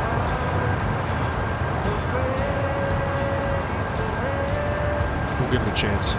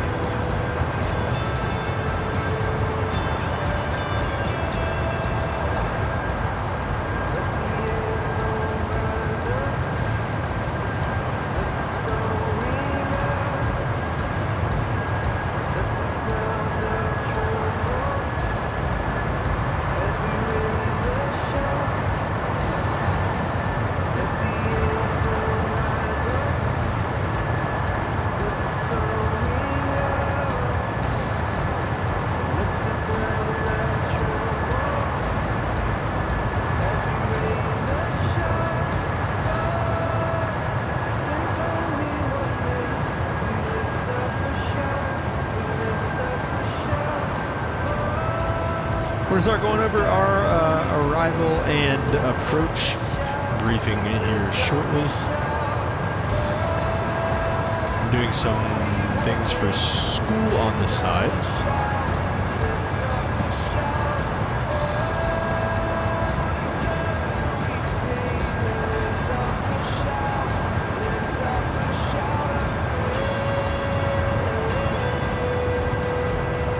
Hey, let's go. Alright. Finish that stuff.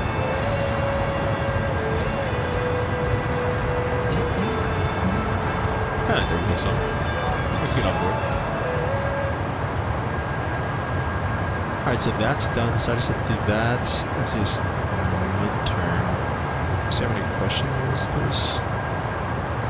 150 minutes. Okay, so we're not going to do that just yet. Landing soon, yes, aviation time. We are getting there, man. We are getting there.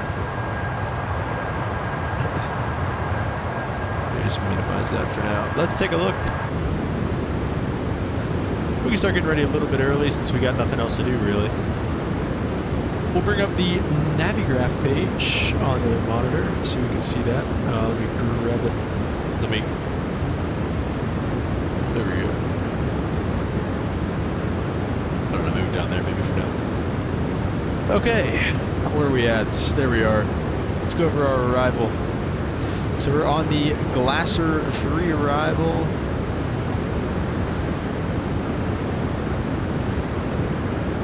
Jet's landing north, wants to cross Jackson at or above flight level 16,000, not flight level. Let me see, let's do Jackson, 16,000 above, so it's all in there. It knows what it wants, and then 14,000 below at Woody. So, holding that over my head, aviation time. Butter equals +2 subs. All right, man, we'll give it a shot. I have not been able to butter this thing yet, so I don't like my chances, but we'll see. So if we're landing north, which we are, from Heather on a 163 heading for vector for the final approach course. So from Heather, 163 heading, and we'll expect vectors. We're supposed to cross Heather out of maintain 12,000. Let's see if it has all that. Let's go data up on here so we can see our altitudes and everything that we're supposed to be crossing at. There's the Spokane VOR, Temple, Whitrow. Top of descent's right before Whitrow. Odell, Glasser, Jackson out above 16,000, Woody out below 14,000, and then 12,000 at Heather. So that's the thing. I mean, that's really high because then the approach.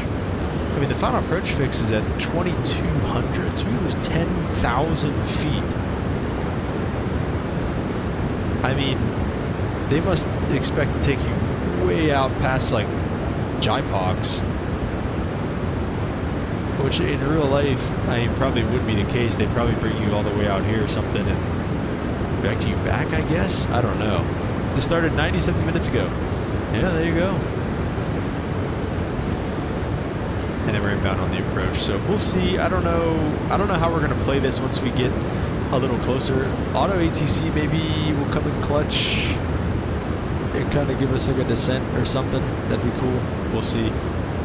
For the approach, we have, let's look at the NavRad page first. 110.3, we have that over here. 344 final approach course, 343 is pretty close, we'll take that. Minimums are 572, let's go ahead and put that in. I love how nice and quick it is in the 747. It actually comes with you. What does I say, 572?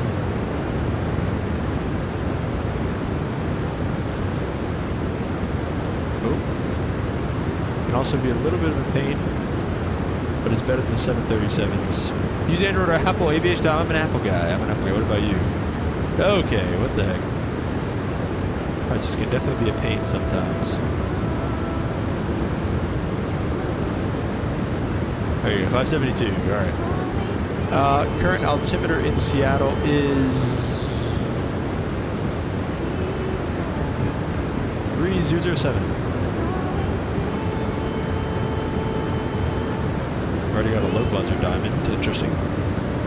3007 is set, and then our approach speed is going to be flaps 30, 151 knots. We'll do flaps 2 We'll do, oh, I'm sorry, flap suit. Auto brake 3 for landing, and we'll see if we can get some of these lights on.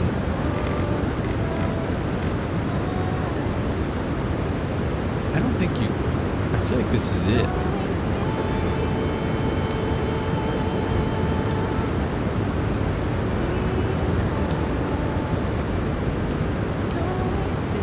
Will you do face reveal?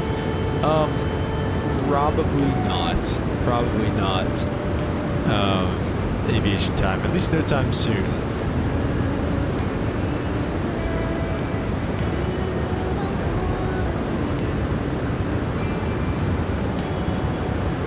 Is there... I don't know where the integ lights for the panel are. Where does it switch for this? Alright, the song.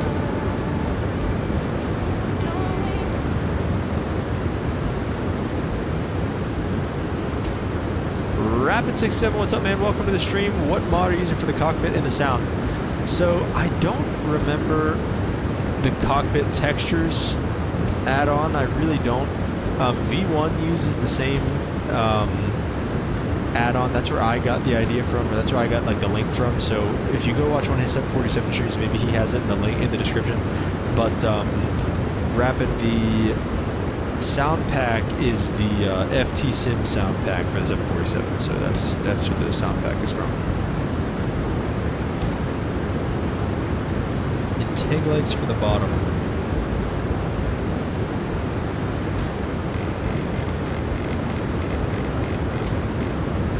Those are those ones. There's nothing like underneath the panel for lights. I don't know. I really don't. Unless like there's like in front of throttles or something.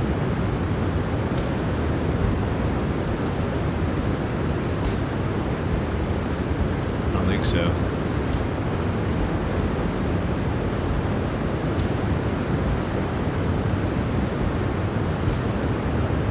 I don't know. Guess we'll just never find him. Alright. We've got 93 miles to go. No worries, Rapid. Thanks for stopping in. Appreciate you. Textures look way better than the standard one, I must say. Oh my gosh, they're so good. They're so good. And I totally forget where I got them from. They are payware, though. Both of these are payware. But it really brings this plane to life. Like, I considered doing... The reason why we're doing Cargolux today is because I considered doing Kalita. I wanted to do Kalita originally, but I only had it for the Salty Sim.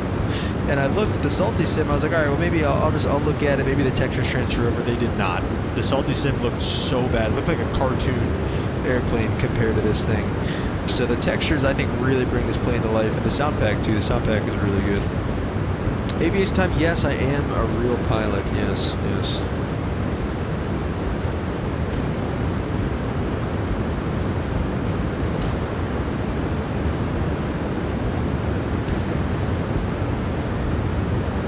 Should be on the ground in Seattle here. It says ETA is 22:03 now. It is... What time is it in the sim? 21, almost 30, so about a half hour to be on the ground.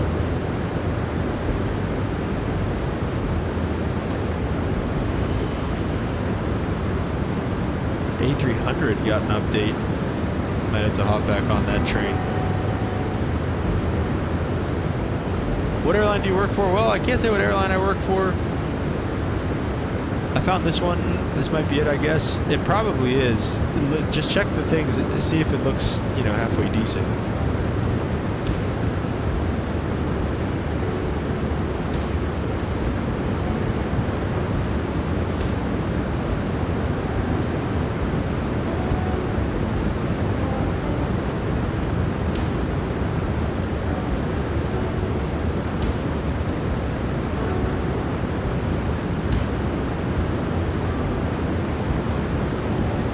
Aviation time. I'm not allowed to say what airline I work for, but I fly the Caravan. So.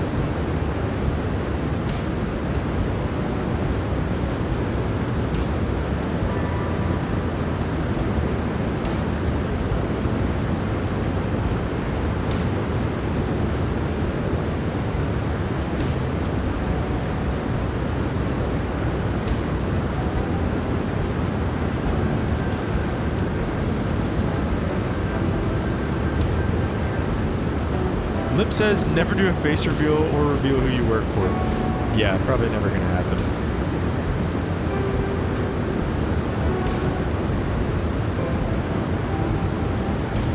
AB's time says I'll probably fly the 320 for British Airways. That would be awesome. That'd be a great job. Welcome back, Steve.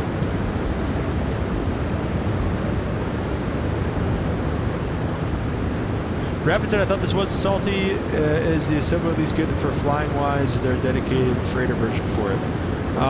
There's not really like a dedicated freighter version. It just kind of like the liveries. You did do a hand reveal though. You could tell a lot from a man's hand.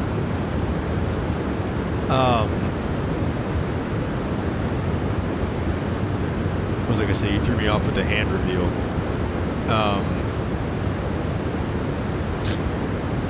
Welcome, Skystream. Welcome, welcome, welcome. Hope you're having a great day. There's not necessarily a dedicated freighter version. It's kind of just like the difference in liveries and like,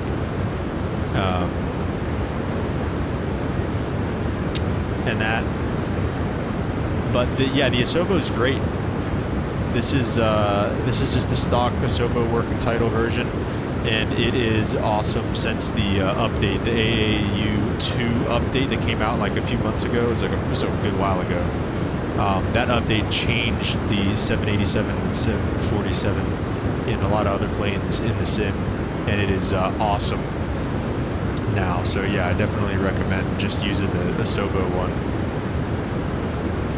How do I track this flight again? Let me see if I can just...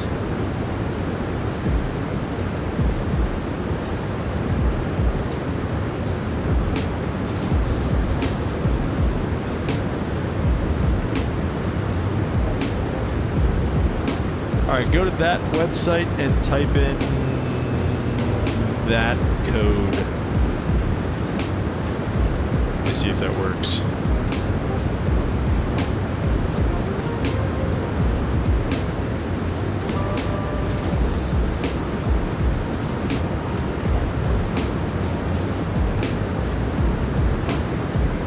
Rapid said then you just load the normal sim brief profile with passengers and stuff, because otherwise the cargo you can load is too load, I think. Yeah, so whenever you are picking your sim brief profile, you either just pick the 747-8F or -8I or whatever it is. By the way, I do love your backyard. It looks very peaceful. Yeah, Lim, it's awesome. It's awesome back there. I love getting to go home and just like chill there and stuff. You know, like I said, it's a different kind of lifestyle for me. Rapid, thanks for the sub, man. Welcome. Welcome to the team. Like I said, guys, we are working on a virtual airline. Working on getting my email confirmation sent to me.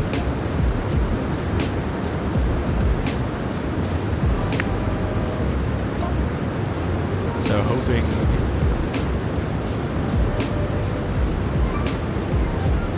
that happens soon. Auto AT says, descend me the Glasser 3, Seattle altimeter 3007. All right, that's from Auto ATC. Very cool. Thank you. Welcome back, Steven. Welcome back. Dude, I want to do that virtual airline thing so bad. That'd be so sick. I wonder, the Minecraft server would be cool too. We should definitely do... Gotta figure out how to do Minecraft server.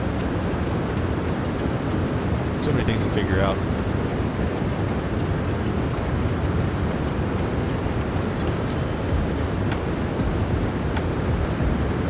Alright, I'm gonna go refill my water one more time before we descend, and we'll come back and do descent checklist.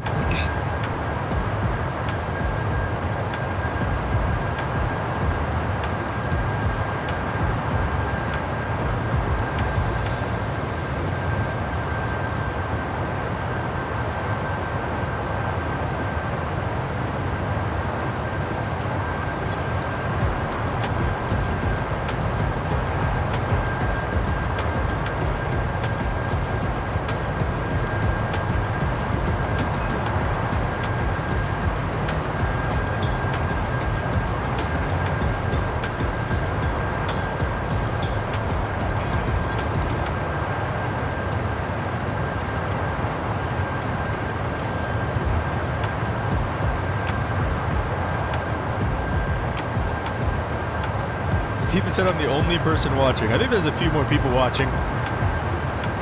It seems like Rapid Limp is kind of in and out aviation times here, so we've got a few. Rapid said, might just try the Asobo 747. I'm flying keto to Miami in the salty right now, but especially the textures, I think Asobo worked out as a way to go. Yeah, I would agree. If you can find a way to get the textures into the salty, because the only thing the salty has over the Asobo is the EFB, which is pretty cool. But if you can find a way to get the textures into the salty, then I would say stick with salty. But yeah, definitely go with the Asobo. So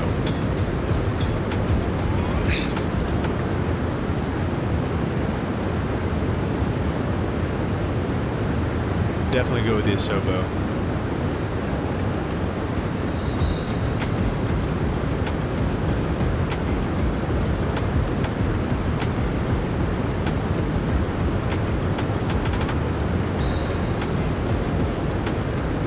Thank you, Steven. I get copyrighted every single video, even though I use music from Epidemic Sounds. I just simply dispute, which actually, speaking of, I think I have one that I didn't dispute yet.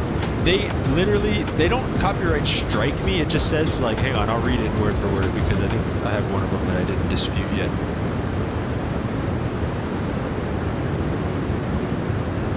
What does it say? Video can't be monetized.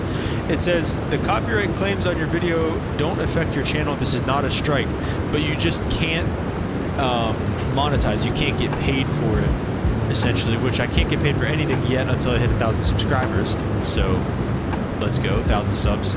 But basically, all I do is I go on the YouTube Studio app, dispute it, say I have a license for it, and then I just say in the remarks, all music is from Epidemic Sounds. And then sometimes if I'm really frustrated, I'll say, why is this still happening? Because every single time, every single video I post is a copyright strike. Or again, not a strike, but whatever that is.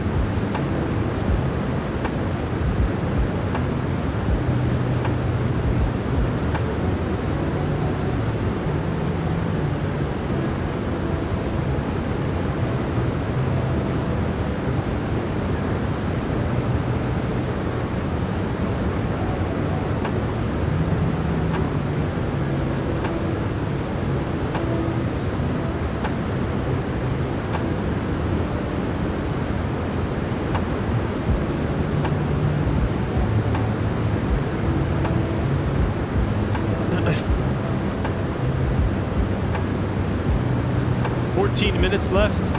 Aviation time? Not necessarily. We've got about 1 minute till we hit our top of descent, and then about let's see, about a half hour till we're on the ground in Seattle. So we're getting there, but not quite 14 minutes. Let's see what's going on in Seattle. Anything?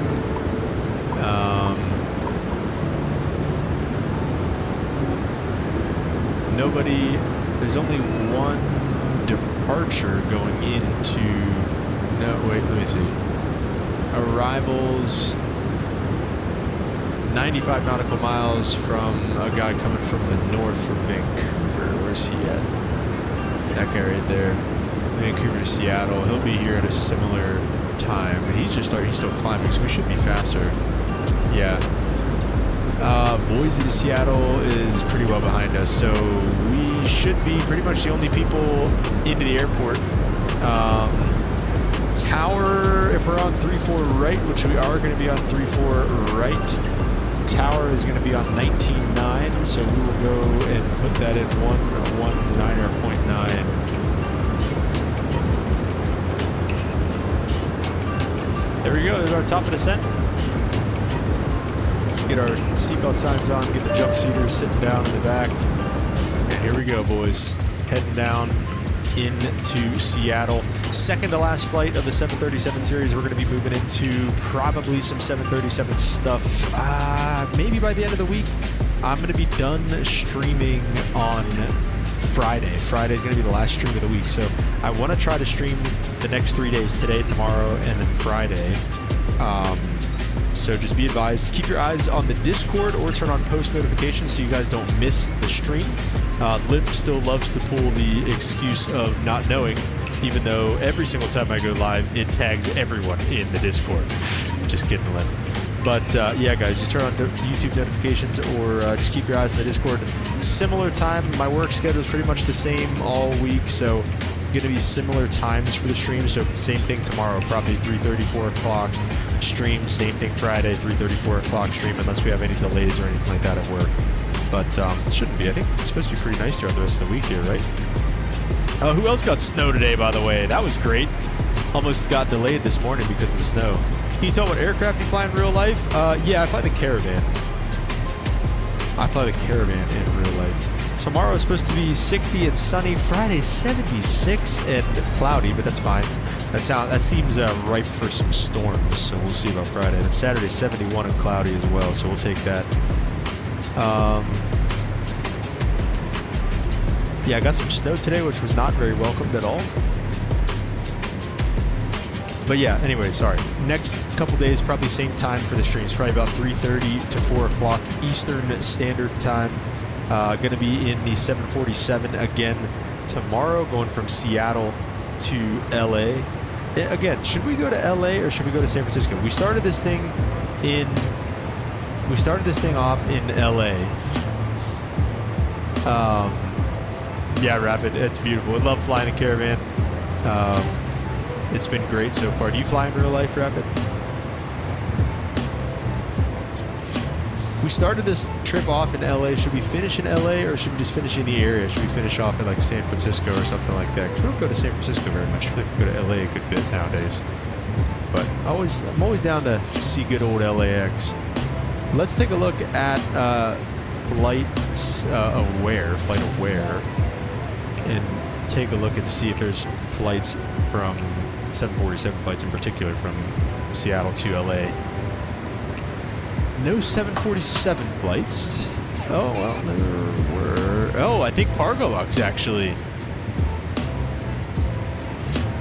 Northern Air Cargo does a 767. Guys, we need a 767 in the sim. We need a 767. That's going to open up so many awesome cargo ops.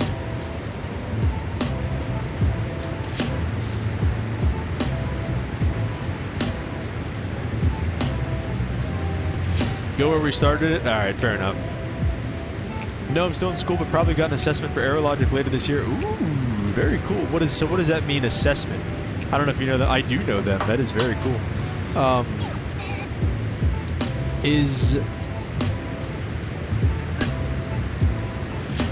I wish you could set back, like, the time in Flight Aware. Like, I wish you could, like... Can you do that? Oh, older. No, you can't see older. Okay. Whatever. What does that mean, assessment? Like, are you in flight training right now? Are you, like... Are you going to try to go through them for your flight training? Is that what you're going to try to do? How does that... What do you mean by that? We might be staying in the Cargolux 747 because that comes up whenever you search this route in Flight Aware.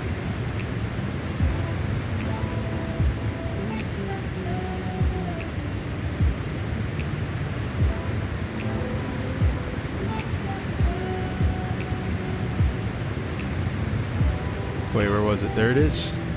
Cargolux 6296 goes from Seattle to LA. I cannot believe that. That's actually realistic. Okay, we're going to do it. Cargolux 6296 tomorrow. That's going to be our flight from Saba. What is Saba aviation time? I don't think... I doubt it. If that's anywhere outside of the United States, no.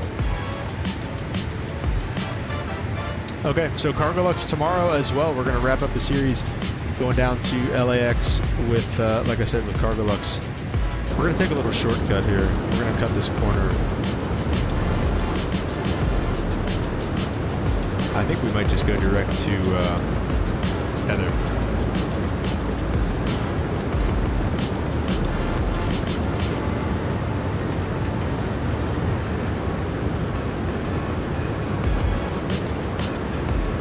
got the abilities, etc. If you pass that, they're going to do further interviews, see if you're fine mentally and fit to do the company. After that, I would start flight training. Okay, so they put you through flight training and everything. That's awesome, dude.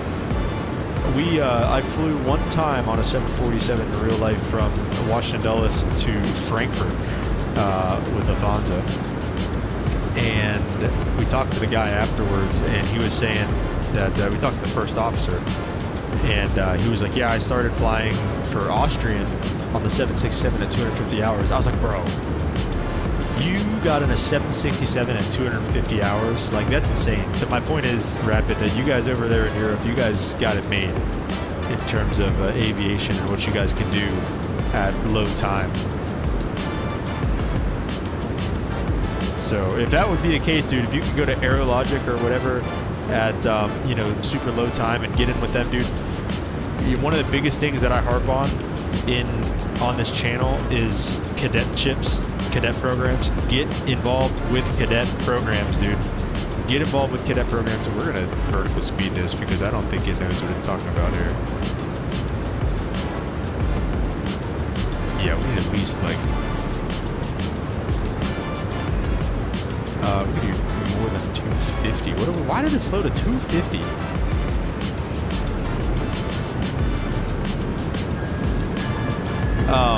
So it says there's a basic math and physics knowledge, but also multitasking and other motor abilities, I think is what you were getting at there. But I got you. Very cool, man. That sounds awesome. Yeah, but if you can get involved with something like that, that is 100% the way to go.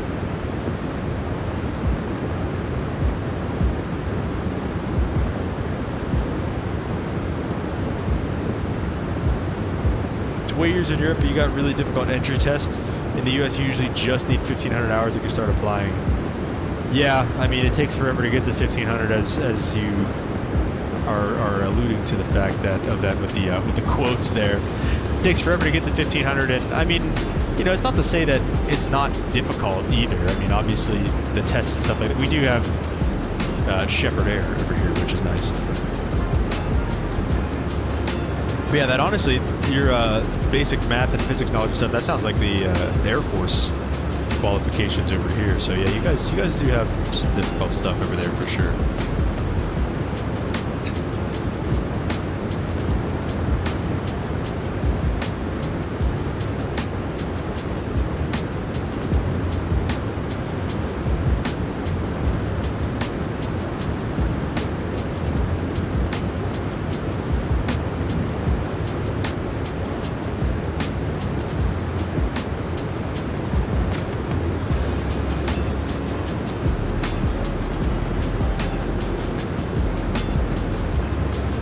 All right, Steven, thanks for stopping by, man. Appreciate it.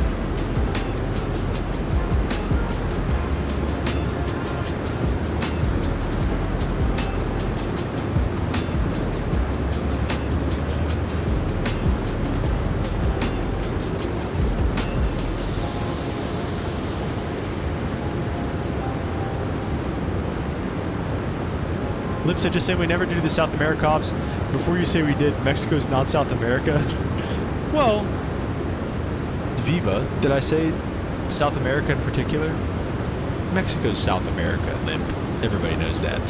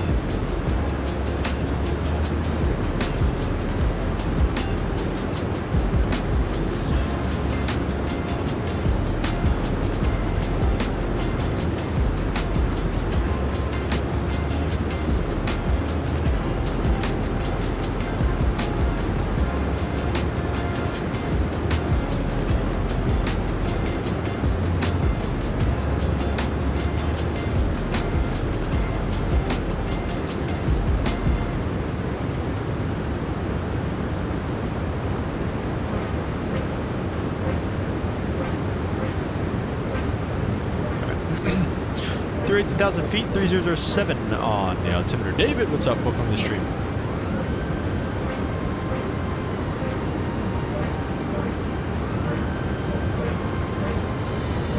Left the stream and came back before it said the stream had started 96 minutes ago, 2 hours ago. What does my thing say? 2:19, 2 hours and 19 minutes. We're not live on Twitch right now. Normally we would be, but I'm trying out Harjos's idea of the bandwidth. All right, let's take some vectors here. We'll take a heading of about 190 for right now. We're gonna start pulling it back to 250 if we can get the speed brake out to help. And we're gonna get below 12,000 as well. Really, I'm gonna set like 3,000 to see when we'd be able to get below that. Love the 747, David says. David, the 747, the Queen of the Skies, is absolutely beautiful. Lip, I want to go back to... I do want to go back and do Viva. I really, really do. But... there's just so many other things. I know. I know. I didn't intend to even do this whole series either. Alright, looks like getting to 3,000 at that point would actually be pretty solid. We'll turn this into a downwind here at some point. Let's get on with the CTAF frequency. Well, there's no really CTAF frequency, but tower for our perspective side. And there's nobody else here, so we're not really, we're gonna get to that limp. Oh my gosh. CTAC traffic, Cargolux 301 heavy in the right downwind runway 34 right, Seattle traffic. Let's see the backyard reveal here, Limp. This is great. Oh my gosh. Oh, wow. Limp, that's very nice. Wow. I love the foliage you have there, Limp. That's awesome. Mexico is south of America, I guess. Thank you. Now you're speaking my language.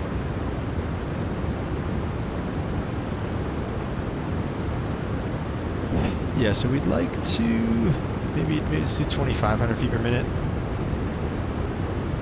Seattle traffic, Delta 6213, downwind for runway 34 right, passing, descent passing 9,000. Why? Just take 34 left. And Delta Cargolux 301 heavy, we're coming through 10,000 now. Did you want to maybe, you know, one of us here go 34 left, maybe one of us take 34 right, or how do you want to do this?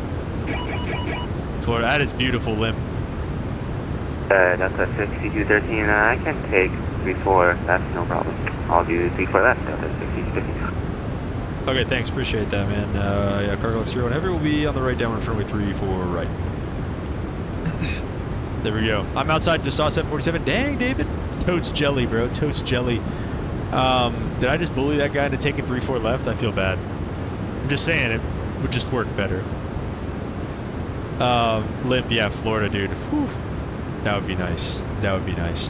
Okay, through 10,000, let's get our lights coming on. Shout out to that guy, though, for taking 3-4 left. I feel bad, though. I feel like I bullied him into that. I gave him no choice.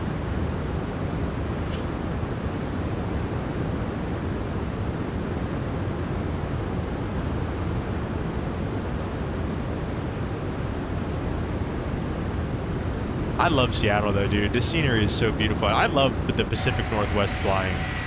I love doing this type of stuff. All right, we're gonna start recording, and we'll get a landing replay too. Why not?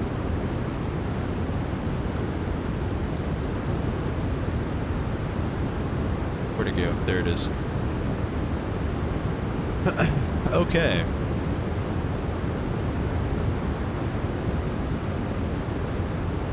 We need to get some more speed brake out. Let's see, we can go flaps 1 below 285. Let's do that. Let's go to flaps 1. Checklist incomplete. Remember whenever I said the typical checklist incomplete norm? Ah, jeez. Descent checks. Recall is done. Why are we spooling and booling like that?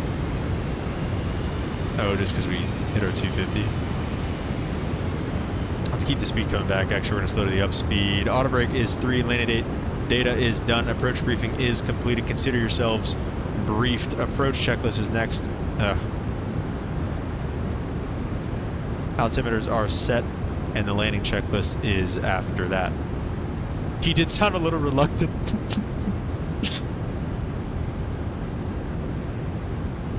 Okay, so we're going to be leveling off here. SeaTac traffic, Cargolux 301 heavy, and the right base for runway 34 right. SeaTac. 2500. Oh, he just logged off? Oh, no, he's still there. I thought he logged off. Bro. I'd feel so bad. Actually, wait, let's just do this. Can we just get the... Let's just go direct to... What is that? What is that fix? Buck. Let's just go direct to Buck. Give me LNAV back. We can keep VNAV where it's at. Let's go flaps. Let's go to our flaps 1 speed. Put the speed brakes away. I think we're alright there. Let's go to flaps 5. My house is in Miami. Nice, David. Tower traffic Delta 6213, heading base for 24 left. Tower traffic. Let's get down to 2200. That's our final approach, or that's our altitude for the final approach fix at Buck. Let's bug the speed back to our flaps 5 speed and probably start looking for flaps 10. Let's see if we can arm approach mode yet. Oh, we can. Oh, how nice is that? What is it yapping about? If you make another one, log off. If you make another one, log off. What do you mean? Let's go flaps 10.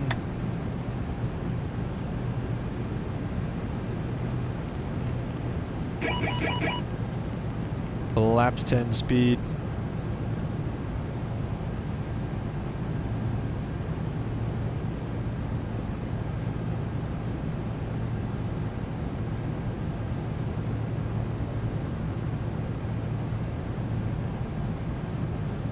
Let's go ahead and go get the thing. I don't know. The thing is, this thing slows down nice. We're 5 miles from Buck.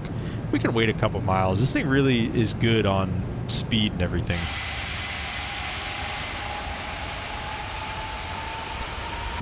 Unlike when you think about like the 777 or something like that.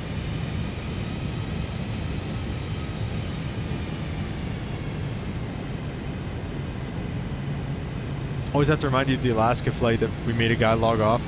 Oh, if you make another one log, I see what you were saying, dude. That guy. Well, that was that guy's fault. He wasn't talking on the radio. He wasn't saying anything.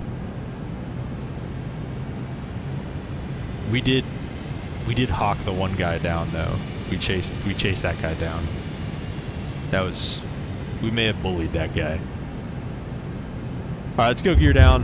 Let's go to flaps 15, or 20, I guess. Let's just go all the way, actually. Let's go flaps 30. And we will bug up 151 for our final approach speed. And, you know, why not? Let's have a crack at hand flying this intercept here. We'll go autopilot off. We're at level at 2200. Until Buck, until our glide sub comes in.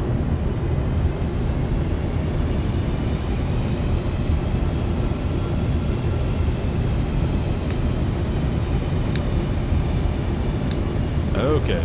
Alright, what is this? Here comes our glide sub. Oh, I think we just got a bunch of lift from the flaps. I think that's what it was trying to simulate.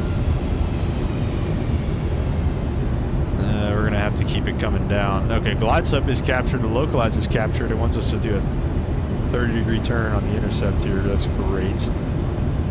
Let's get some landing rates in the chat, guys. What do we think here?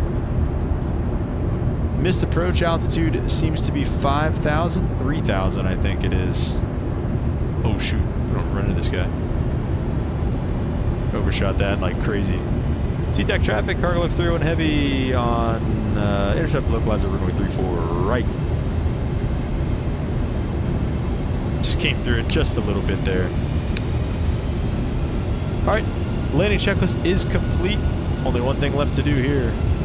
Yeah, Let's get on the traffic funnels off. 6213 on final 34 left. Shell traffic.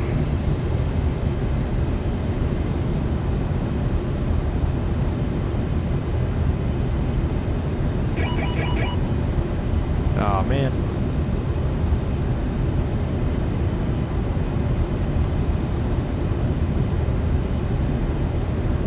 There we go. That should just be armed.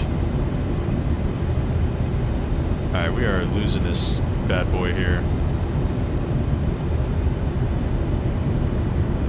So far, so bad, Limp. I don't know about our chance at butter. Now, I don't know what the localizer is telling me right now. I don't know why it says I'm so far off to the right.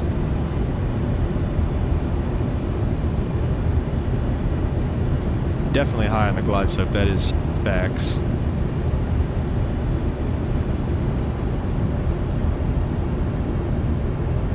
We are diving and driving for this glide slope. Okay, here comes the localizer back now. 1,000. I just feel like we can't get low enough.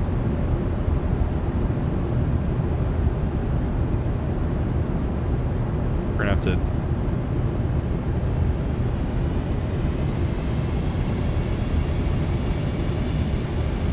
Okay, it didn't like that either. Alright. Alright, it did not like that. Too much up trim or something? I don't know.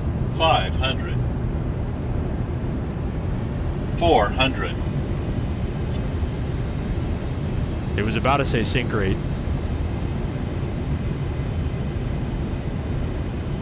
300. Okay. Minimum.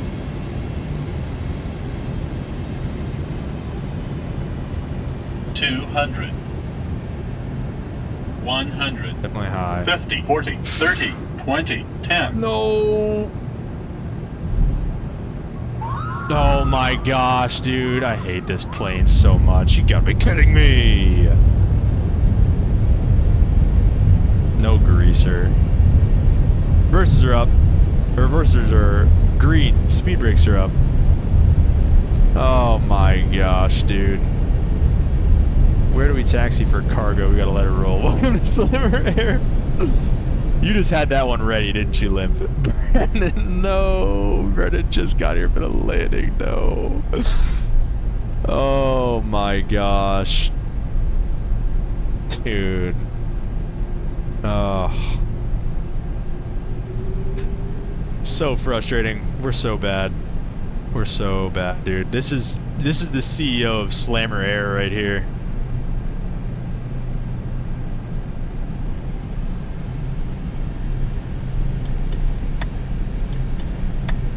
Limp just had that thing ready. Oh. And C-Tech traffic, Cargolux 301 heavy. We are off runway 34 right on Mike. Gonna taxi via Bravo to the gate. Last call. C-Tech. Wasn't the smoothest, but I watched for 2 hours, so I'll give you some subs. Thanks, Aviation Time. Appreciate it. David said, David, did I disgrace your favorite airplane with that landing? I'm so sorry. I'm so sorry.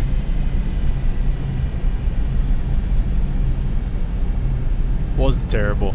Oh, it was. It was. It's alright. That's what we're here for. Strobes can come off.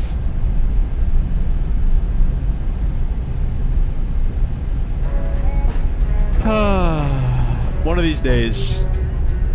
I'm looking forward to getting back in a plane that we can grease here. How was the flight? Brendan, it was a good flight. We talked a lot about the virtual airline. Working on that. I'm working on getting a confirmation email from them. I have not gotten one yet, even though I applied for one. Or I applied for like an account or whatever. So, and we need a livery, Brendan. I don't know how to make a livery. I don't know if you do, but somebody's got to make us one, and maybe I'll try to figure it out. Maybe. Looks like there's some queens down there. Oh, is it? That's a Cargolux. Oh, we're gonna go park with the Cargolux queens down there. For sure. Where's our Delta boy who helped us out? Shout out to that guy. Taking 3-4 left like a champ for the queen. The queen doesn't take 3-4 left, let's be honest here, guys.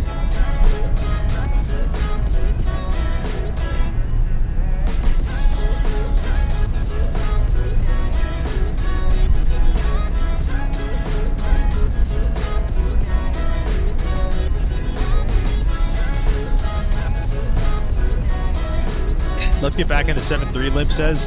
One more flight tomorrow in the 7-4. We're going Cargolux from LAX, or I'm sorry, from Seattle to LAX, and then we'll be back in the 7-3, Limp, I promise. I'm ready for it too, man. I'm ready for it too. But see, I'm sticking to a series. Unlike Viva. We will get back to Viva.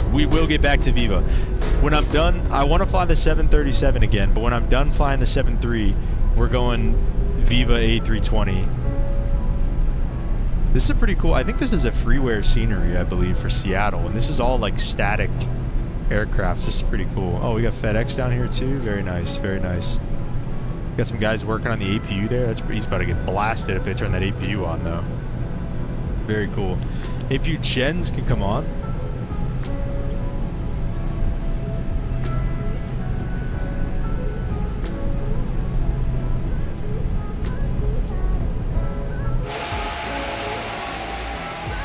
Are we gonna clip that? We might. That guy's maintenance van is in danger. No, it's alright. Alright, let's see. FedEx might be in danger over there if we sidestep this at all. Alright, same thing. We're going to leave some power in for this turn into the gate. Can you do a 707 for Pan Am? I don't have the 707, but that does sound cool. Alright, we might just take this second line. This turn. I can't make this turn tight enough because I'm sliding back in my chair. Oh, this is going to be a terrible park jump, too. It's just going to cap it all off, dude. Just cap everything off with a bad park jump. All right, we're easy reverse, but I'm not even going to lie, bro. That was so bad. I actually look terrible, I'm not going to lie.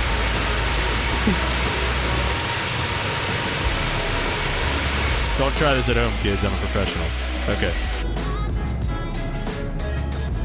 All right, we're not going to set the parking brake just yet. We're going to go back and take a look at the landing replay and how bad it really was. Alright, let it do its spinning thing here. Oh, please don't crash. Is it crashing? I think it's crashing. We may have just crashed the sim, guys. As always, had fun. Limp, as always, appreciate all of you guys. Shout out to all my members, too. You guys are the best.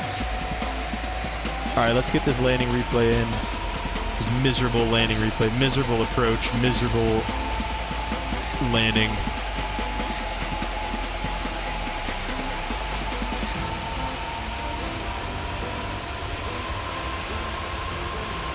Oh shoot, I gotta get off VATSIM.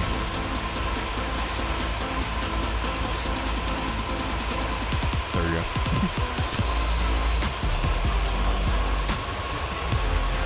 I wonder if that Delta guy just saw me like zip by him or something like that on the taxiway. Of course, Brennan, shout out to you. Thanks for being here, man.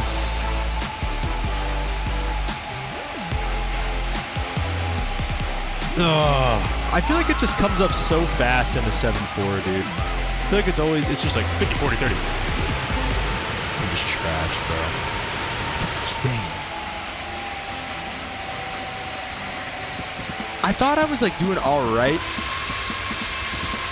Like I knew I got high, but I was like, okay, like our descent rate isn't crazy. Maybe it was, I don't know. Maybe I just didn't realize.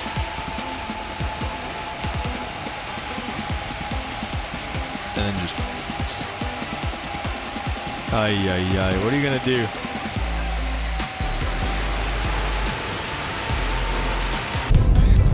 What are you gonna do, guys? Alright, we're gonna stop the replay. We're gonna get rid of that. We're gonna close that. We're gonna slam on the parking brakes, maybe. There we go. Parking brakes are on. Those are on. Let's get our taxi light off, and we're going to get our engines off here as well. See if we can get some deboarding from GSX. I highly doubt it. This parking is too maybe we do. requested. Engine bleeds can come off, and all that stuff can stay where it's at for right now. With our Cargolux brethren. Shout out to all you guys. Thank you so much for stopping by. Shout out to everybody who's new. Thanks for liking and subscribing. Let's keep going here, guys. We're on the push for 1,000 subs. Appreciate all you guys for being here. We'll catch you tomorrow, pretty similar time at around 3:30, 4 o'clock Eastern Standard Time. And one more flight, Seattle to LA, and then we're back into normal stuff after that, guys. So thanks so much for being here, and we'll see you guys next time. Peace.